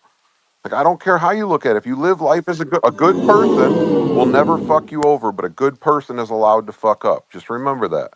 Think that, read that twice, say that twice, whatever that is. If you keep good people around you, you don't have that problem. But then competence is the other add-on to what makes it any different. Because when somebody continuously fucks up on your bag, then they are being complacent, and that is the same as stealing from you. You know what, Chicago, I know this makes no sense, but I'm making the reference because, I'm a movie It's a movie guy. reference. It's a movie reference. Go ahead. In Mighty Ducks, when the coach, I know this has nothing to do with what you're saying, I'm just hearing it in my head. Emilio. When he's looking at Emilio Estevez and he's looking at the banner and he's like, Man, I wish they'd tear that one down. You know, you're just like you're not even a go. You're not even a go. You're not even a has been. You're a never was. Just like the directness of his thing. Again, the subject matter of what you're And saying. we'll go back to Mighty Ducks, Flying V. Ducks fly together. You sink or swim together, bro. That's just the way that shit moves. And if you don't Quack got a quack big quack fat goalie to block the fucking goal for you, then that shit's going in every fucking time if you don't protect yourself. quack quack quack, Mr. Ducksworth. I did Yo, and I love using movie references. Like I think we should have a whole space that only uses movie references and quotes, and we don't talk. We only speak in like third person as if we're in movies. yeah. Even though I me and agree. Zach, most of that'll be us, and some of that'll go over people's heads because they're too No, young. Dre. But, Oh, but Dre, yeah, I'm not. I didn't say everybody's gonna miss every fucking reference. I'm just saying we got a lot of references that are older than some of the people in the space. literally, anytime I do a quote with Dre, he's just like, "Yo, Zach, no one's gonna get that except me and you, bro. So like, don't even like try Yeah, to and get I'll catch them with you, dude. I it." love it. I love when I put subliminals out there and only 6 people understand them. um, now let's Zaid's been raising his hand for a while. Dude, my And fucking arm is dead. I my bad, fucking dude. forgot what I was going to talk Was it about. your Not, drawing arm, or were you using the other one? I, Ooh. the drawing arm only draws. Everything else is on the left. Then you don't have to worry. Your dominant hand is totally fine. Don't worry No, about it. I kind of It's like wanted jerking to. off and giving yourself a stranger. Oh my god. Okay, go for Uh, it. I actually had like I guess like an actual question about the shoes. This is supposed to be like a gamer shoe, right? Which, to be fair, like I consider myself a gamer. Not knocking it. I love the shoes. You know, I love the design. I just don't see how it's a gamer shoe per se. But that being said, back to Dre's um, thing about the culture getting behind something in order to push it to the masses. Were these quote unquote gamer shoes seeded to anybody in the gaming world industry that would be somebody we would want with millions of followers on YouTube, this and that? And my point to this is like when the Air Force One stuff came out, I saw some of the seeding to some people on Instagram, and you were like, "Who the fuck are these people?" And all they had was just like a large following of Instagram followers or whatever, but they only posted it that one day, and then after that, they never kept like pushing the shoes out. You know what I'm saying? So it's like, I guess, is the team being more strategic about seeding with these shoes, or because kind of like what Dre said, you have to have the right people in order to push it to the culture. If and I'm assuming you guys keep calling this a gamer shoe, I'm assuming you would want like, and I don't know much about the guy, but like a Mr. Beast or like a Face Banks or stuff like that.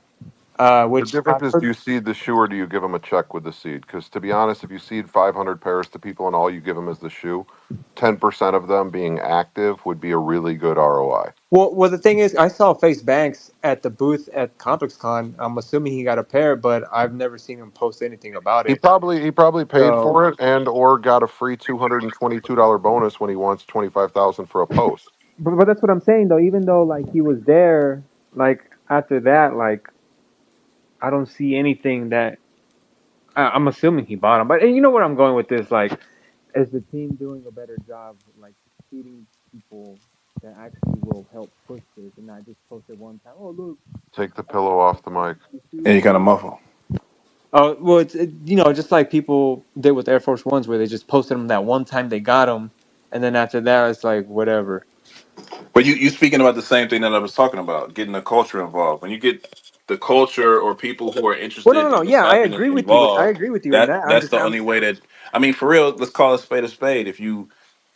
If you're seeding anything to individual or influencer that receives hundreds of things being seeded to them on a daily basis, you're lucky to get that one post off, right? But if you create something with a community of people who genuinely want to see it win or genuinely are interested in and fuck with it and want to wear it, that's when you'll see it more well, and yeah. than That anything you, else. I just said that. I just said they sent in the Air Force Ones to people that basically like, who the fuck are these people? They sent them to the wrong people. Is what I'm trying to say. So No, but that's what I'm if saying. you send out 100 pairs at $250 a piece, that's $25,000. most of the people that you're speaking of won't do a post for under $25,000. So you just have to like take it with like, did you still get value? If you Well, give if and you it give goes 100 back of those to people a pair and two of them post, I would say that's positive EV, because instead of paying $25,000 for that promotion, you just got three people out of 100 to post it because they genuinely like it, and the other 97 you write off as we weren't paying them, we're not entitled for them to do anything. And that's the whole point of where I said the seating needed to go out early, because if the early ones would have got to people before the public, what I can tell you about rich people in this situation is the things that they can't buy with money are the most important to them. Like the same way, I mean, I gave a pair to my brother on that, and fucking, you guys saw the post, but like, why did he like it? Not because I fucking gave him $300 worth of shoes for free. It's because I told him these are like the future of what Nike's doing. He likes chunky, big fucking shoes like that. Like, this is what they were. And it had nothing to do with any of that. It was like, I'm going to rock these because of that. But if you take the people that are at a level that are, you know, bigger and getting shilled posts all the time, you have to either make them like it. And the best way to do it is give it to them early, or you have to pay them to do it. Other than that, they're not employees and it's not their job to push that narrative forward. You have to hope that they do, and you have to hope that whoever gets these pairs loves them so much that they show them off on their timeline. But without a check attached to it, like, you still got to expect that they have a business and that's their business, you know? yeah. When I mean, and just what you said and Dre said, it just ties back to what my question is like: is the team planning on doing a better job at that? Yeah, so Zayd, it's fair feedback. There's more seating to come. Um, my man Harlan teased something today. He's been cooking up something crazy for one person, for a couple people that we're seating to. So just keep your eyes out, man. I think you're not wrong in terms of, yeah, if you're promoting it as a gamer's sneaker, like maybe the people you're seeding it to, the people that you're trying to get eyeballs on it, you should focus on gamers, streamers, that type of thing. I will say though that there's still more to come that fit that profile. So be on the lookout for that. I also think that although it doesn't hit the same demographic because we're coming at it from more of a creator's perspective, we've had a shit ton of responses and entries on the mod challenge, right? And although that's not focused on gamers, it's also focused on the creative side of it, which I also think the sneaker is really focused on because, whether you think the mods are stupid or not, you can inject your own creativity to it by creating custom pieces that you could put on it for your own sport or fashion or stuff you want to sell. So I think that's been going well. We'll see how well that continues to go. But yeah, just keep your eyes out on some additional seeding that's coming. I'm looking forward to seeing some of the fucking amazing work Harlan and the team have put in their blood and sweat into to make some baller shit for some of the stuff that we're seeing. Hell yeah. Cool, that's awesome, man. Yeah, I mean, you guys are calling it a gamer shoe, so own it and send it to the Yep, right people. yep, yep. That's fair. That's fair. Jamie, what's going on? Hey, what's going on? What's up, everybody? Shout out to everybody up in here. I know a lot of you motherfuckers personally. The space has been great to listen to. And I wanted to know a little more about what's going on with Animus. And my question was, is Animus going to end up replacing clones? Or is Animus just going to be something under clones? Because it says the new IP for Artifact.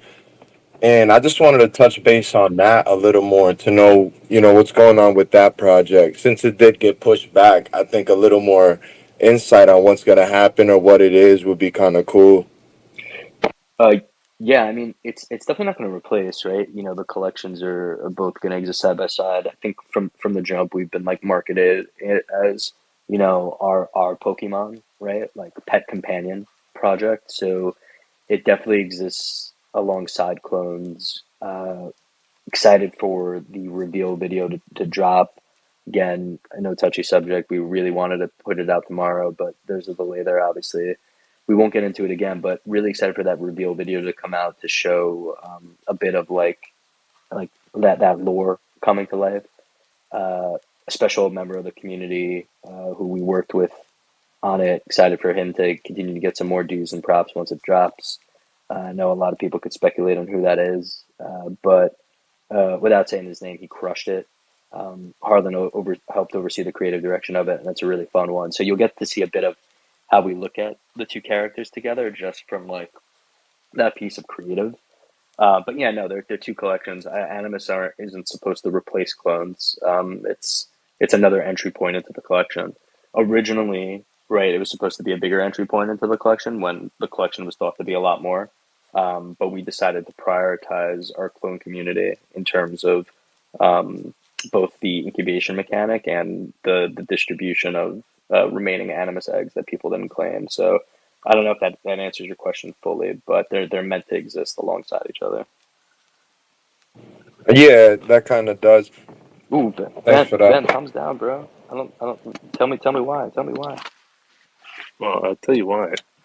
Because I do remember um, very specifically seeing that there was a public sale, and I was holding on and waiting and holding on for that public sale, and then all of a sudden, woof, no Sorry, public man. sale for you. I'm sorry, man. Yeah, no, like that's fair. Yeah. It is. That's another piece of fair feedback. I think based on I'll tell you the insight there. Based on the state of the market, right?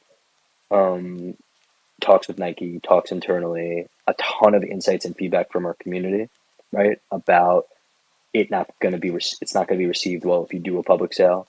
Uh, we decided to take that insight, right, and run with it. And it wasn't even about leaving money on the table because at the state of the market, I don't think we were expecting really to make too much from Animus from a public sale when we were going to drop it.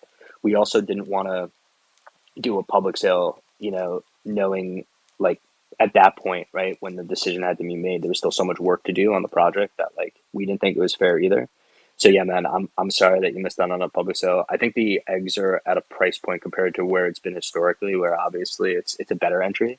But obviously, whether it's point something ETH or one ETH, there's real dollars there to spend on a digital item. So yeah, man, that's why we didn't do it. But obviously, every decision we make in the space, us and other brands, somebody's left out. This time, we just prioritized our community on this one.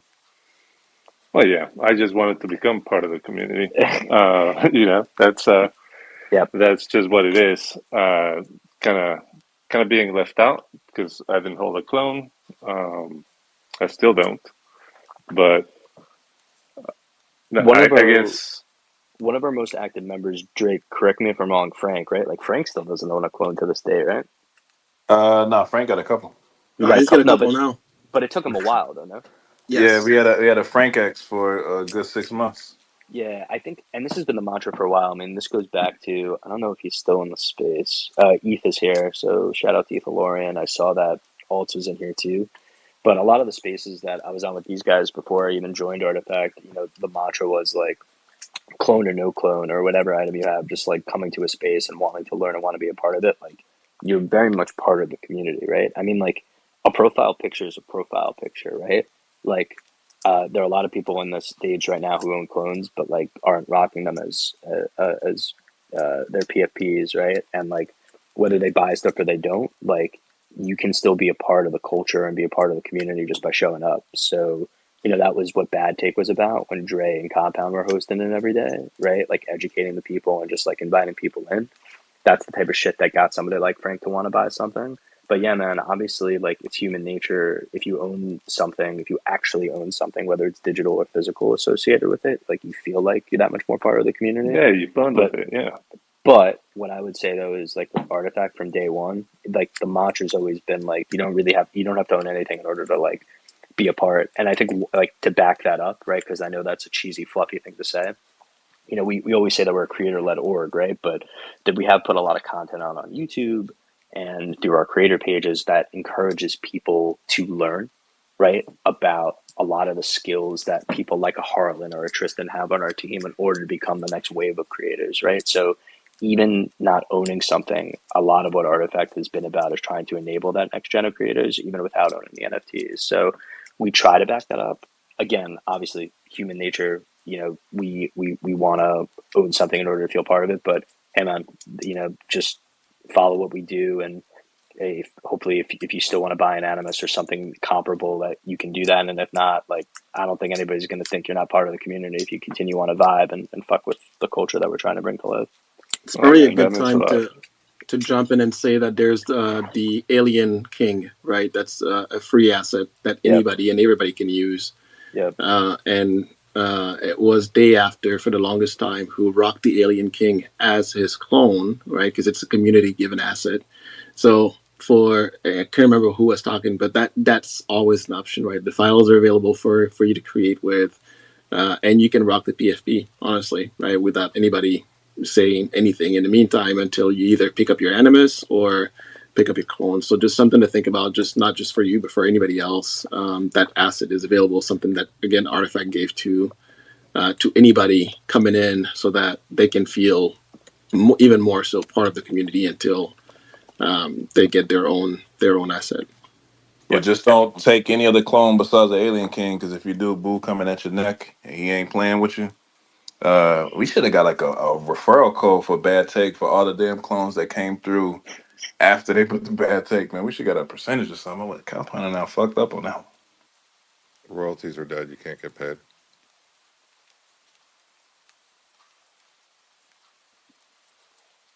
Yeah, I got another question. Are we coming out with season 2 gear? Is any of that gonna happen? And I guess my other question too with Animus is it gonna be equivalent to clones, or is it something kind of like the monolith box or vials, or you know what I Yeah, mean, yeah. pods or something like? No, I maybe I follow what you mean. I think in terms of like hierarchy and stuff, like I think a long time ago, Benoit and others said that like the famous thing that people like to quote and like hate to bring up, like clones are god tier. And then regardless of what he meant by that statement, I could give you my take on like how it's evolved over time, where it's like over the past few months, every conversation that we have, it's like how do we continue to drive like value back to clones as being like a focal point of the ecosystem, right? A lot of what we did with Animus was around that mantra, right? Some of what we did with Dunks was around that too.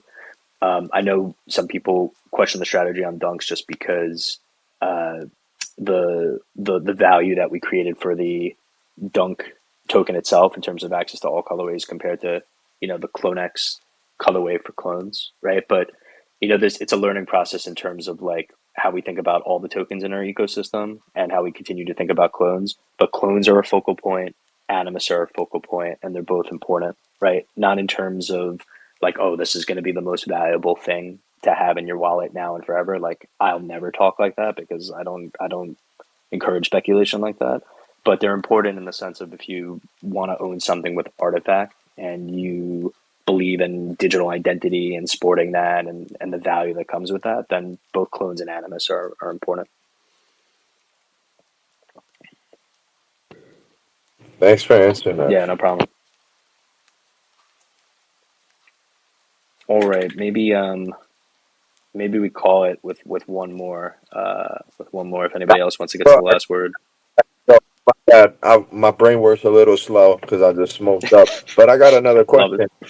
Uh, the NFC tags on the stuff that's coming out and like the ledger, the NFTs and stuff Yep. like that. Is any of that and even like the forge, the little forge that went with the Yep. Ramoa, will any of that have any utilization in the future, or is that stuff just that, the quote unquote art?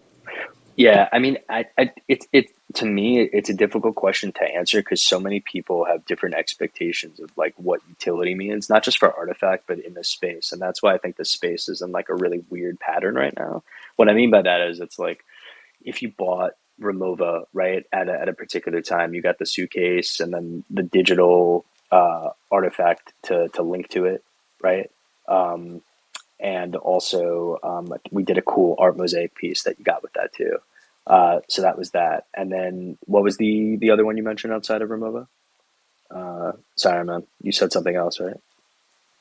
No, you're good, bro.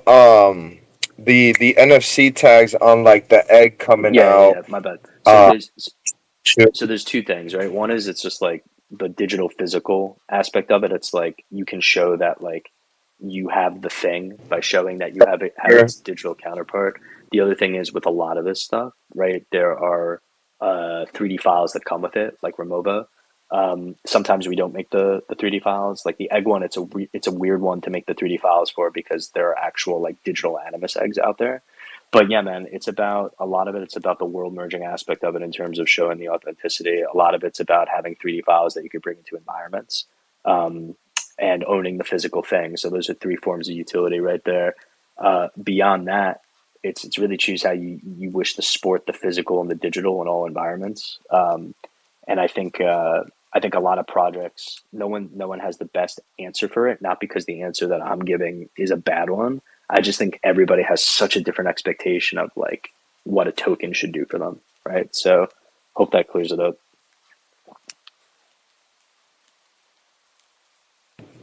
Yeah, kinda. Like another thing is like, is this stuff gonna be something that we display in something with the future with the clones, or is it just like you have it in your wallet and that's cool? Like I don't know. I'm just trying to see in what direction this whole thing is going. Like aside from like buying clothes and then we link up the clothes and I'm just trying to see what direction is this thing even going. So Yeah, for sure. you're probably thinking inventory, and sorry to jump inside, but there's inventory obviously is coming up, which is you can think of it as like your closet, and there's going to be other functionalities built in. If you're thinking about just displaying your digital art, that's really where your pods are coming in with the on cyberspace that you can those double up as an art gallery as well as a storefront, whichever way you want to take it. Um, so there's a few other functionalities out there. And again, if you go to Yarlin's page and look at there was a video that was dropped a little while back, and just kind of talking about inventory, what the features are, and kind of where the direction they're taking things. That should kind of answer the question that you're having right now. So there's the digital side that they're pushing, and then essentially what Zach covered earlier. Kind of, but I'm also wondering. So, pods going to be the only thing that we have to house clones and animus, and is the clothing linking the clothing going to have anything to do with move to earn, or is that just going to be incorporated with the sneakers? Like, is there a reason for the links? And I'm not going to ask too much because I know that there's like a lot in the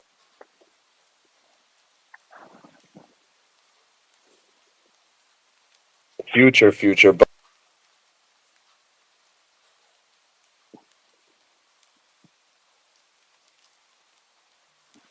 I guess like.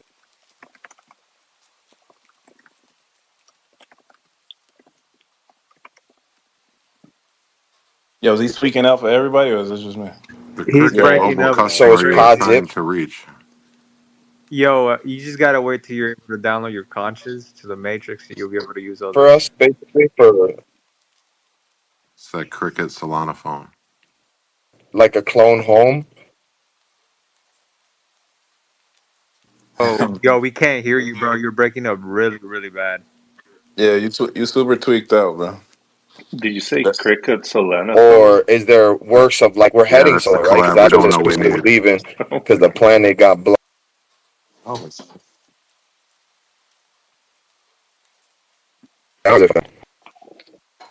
that blunt is coming through the phone, bro.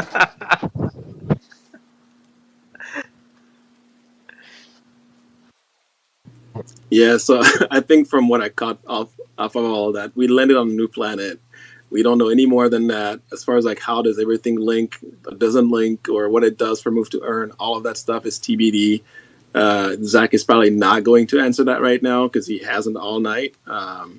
You probably would need to give him a blunt, get him all types of messed up for him to slip up. So I think you're just gonna have to wait, like the rest of us, and find out when they finally reveal on the 17th. Hopefully, fingers crossed, and that's that.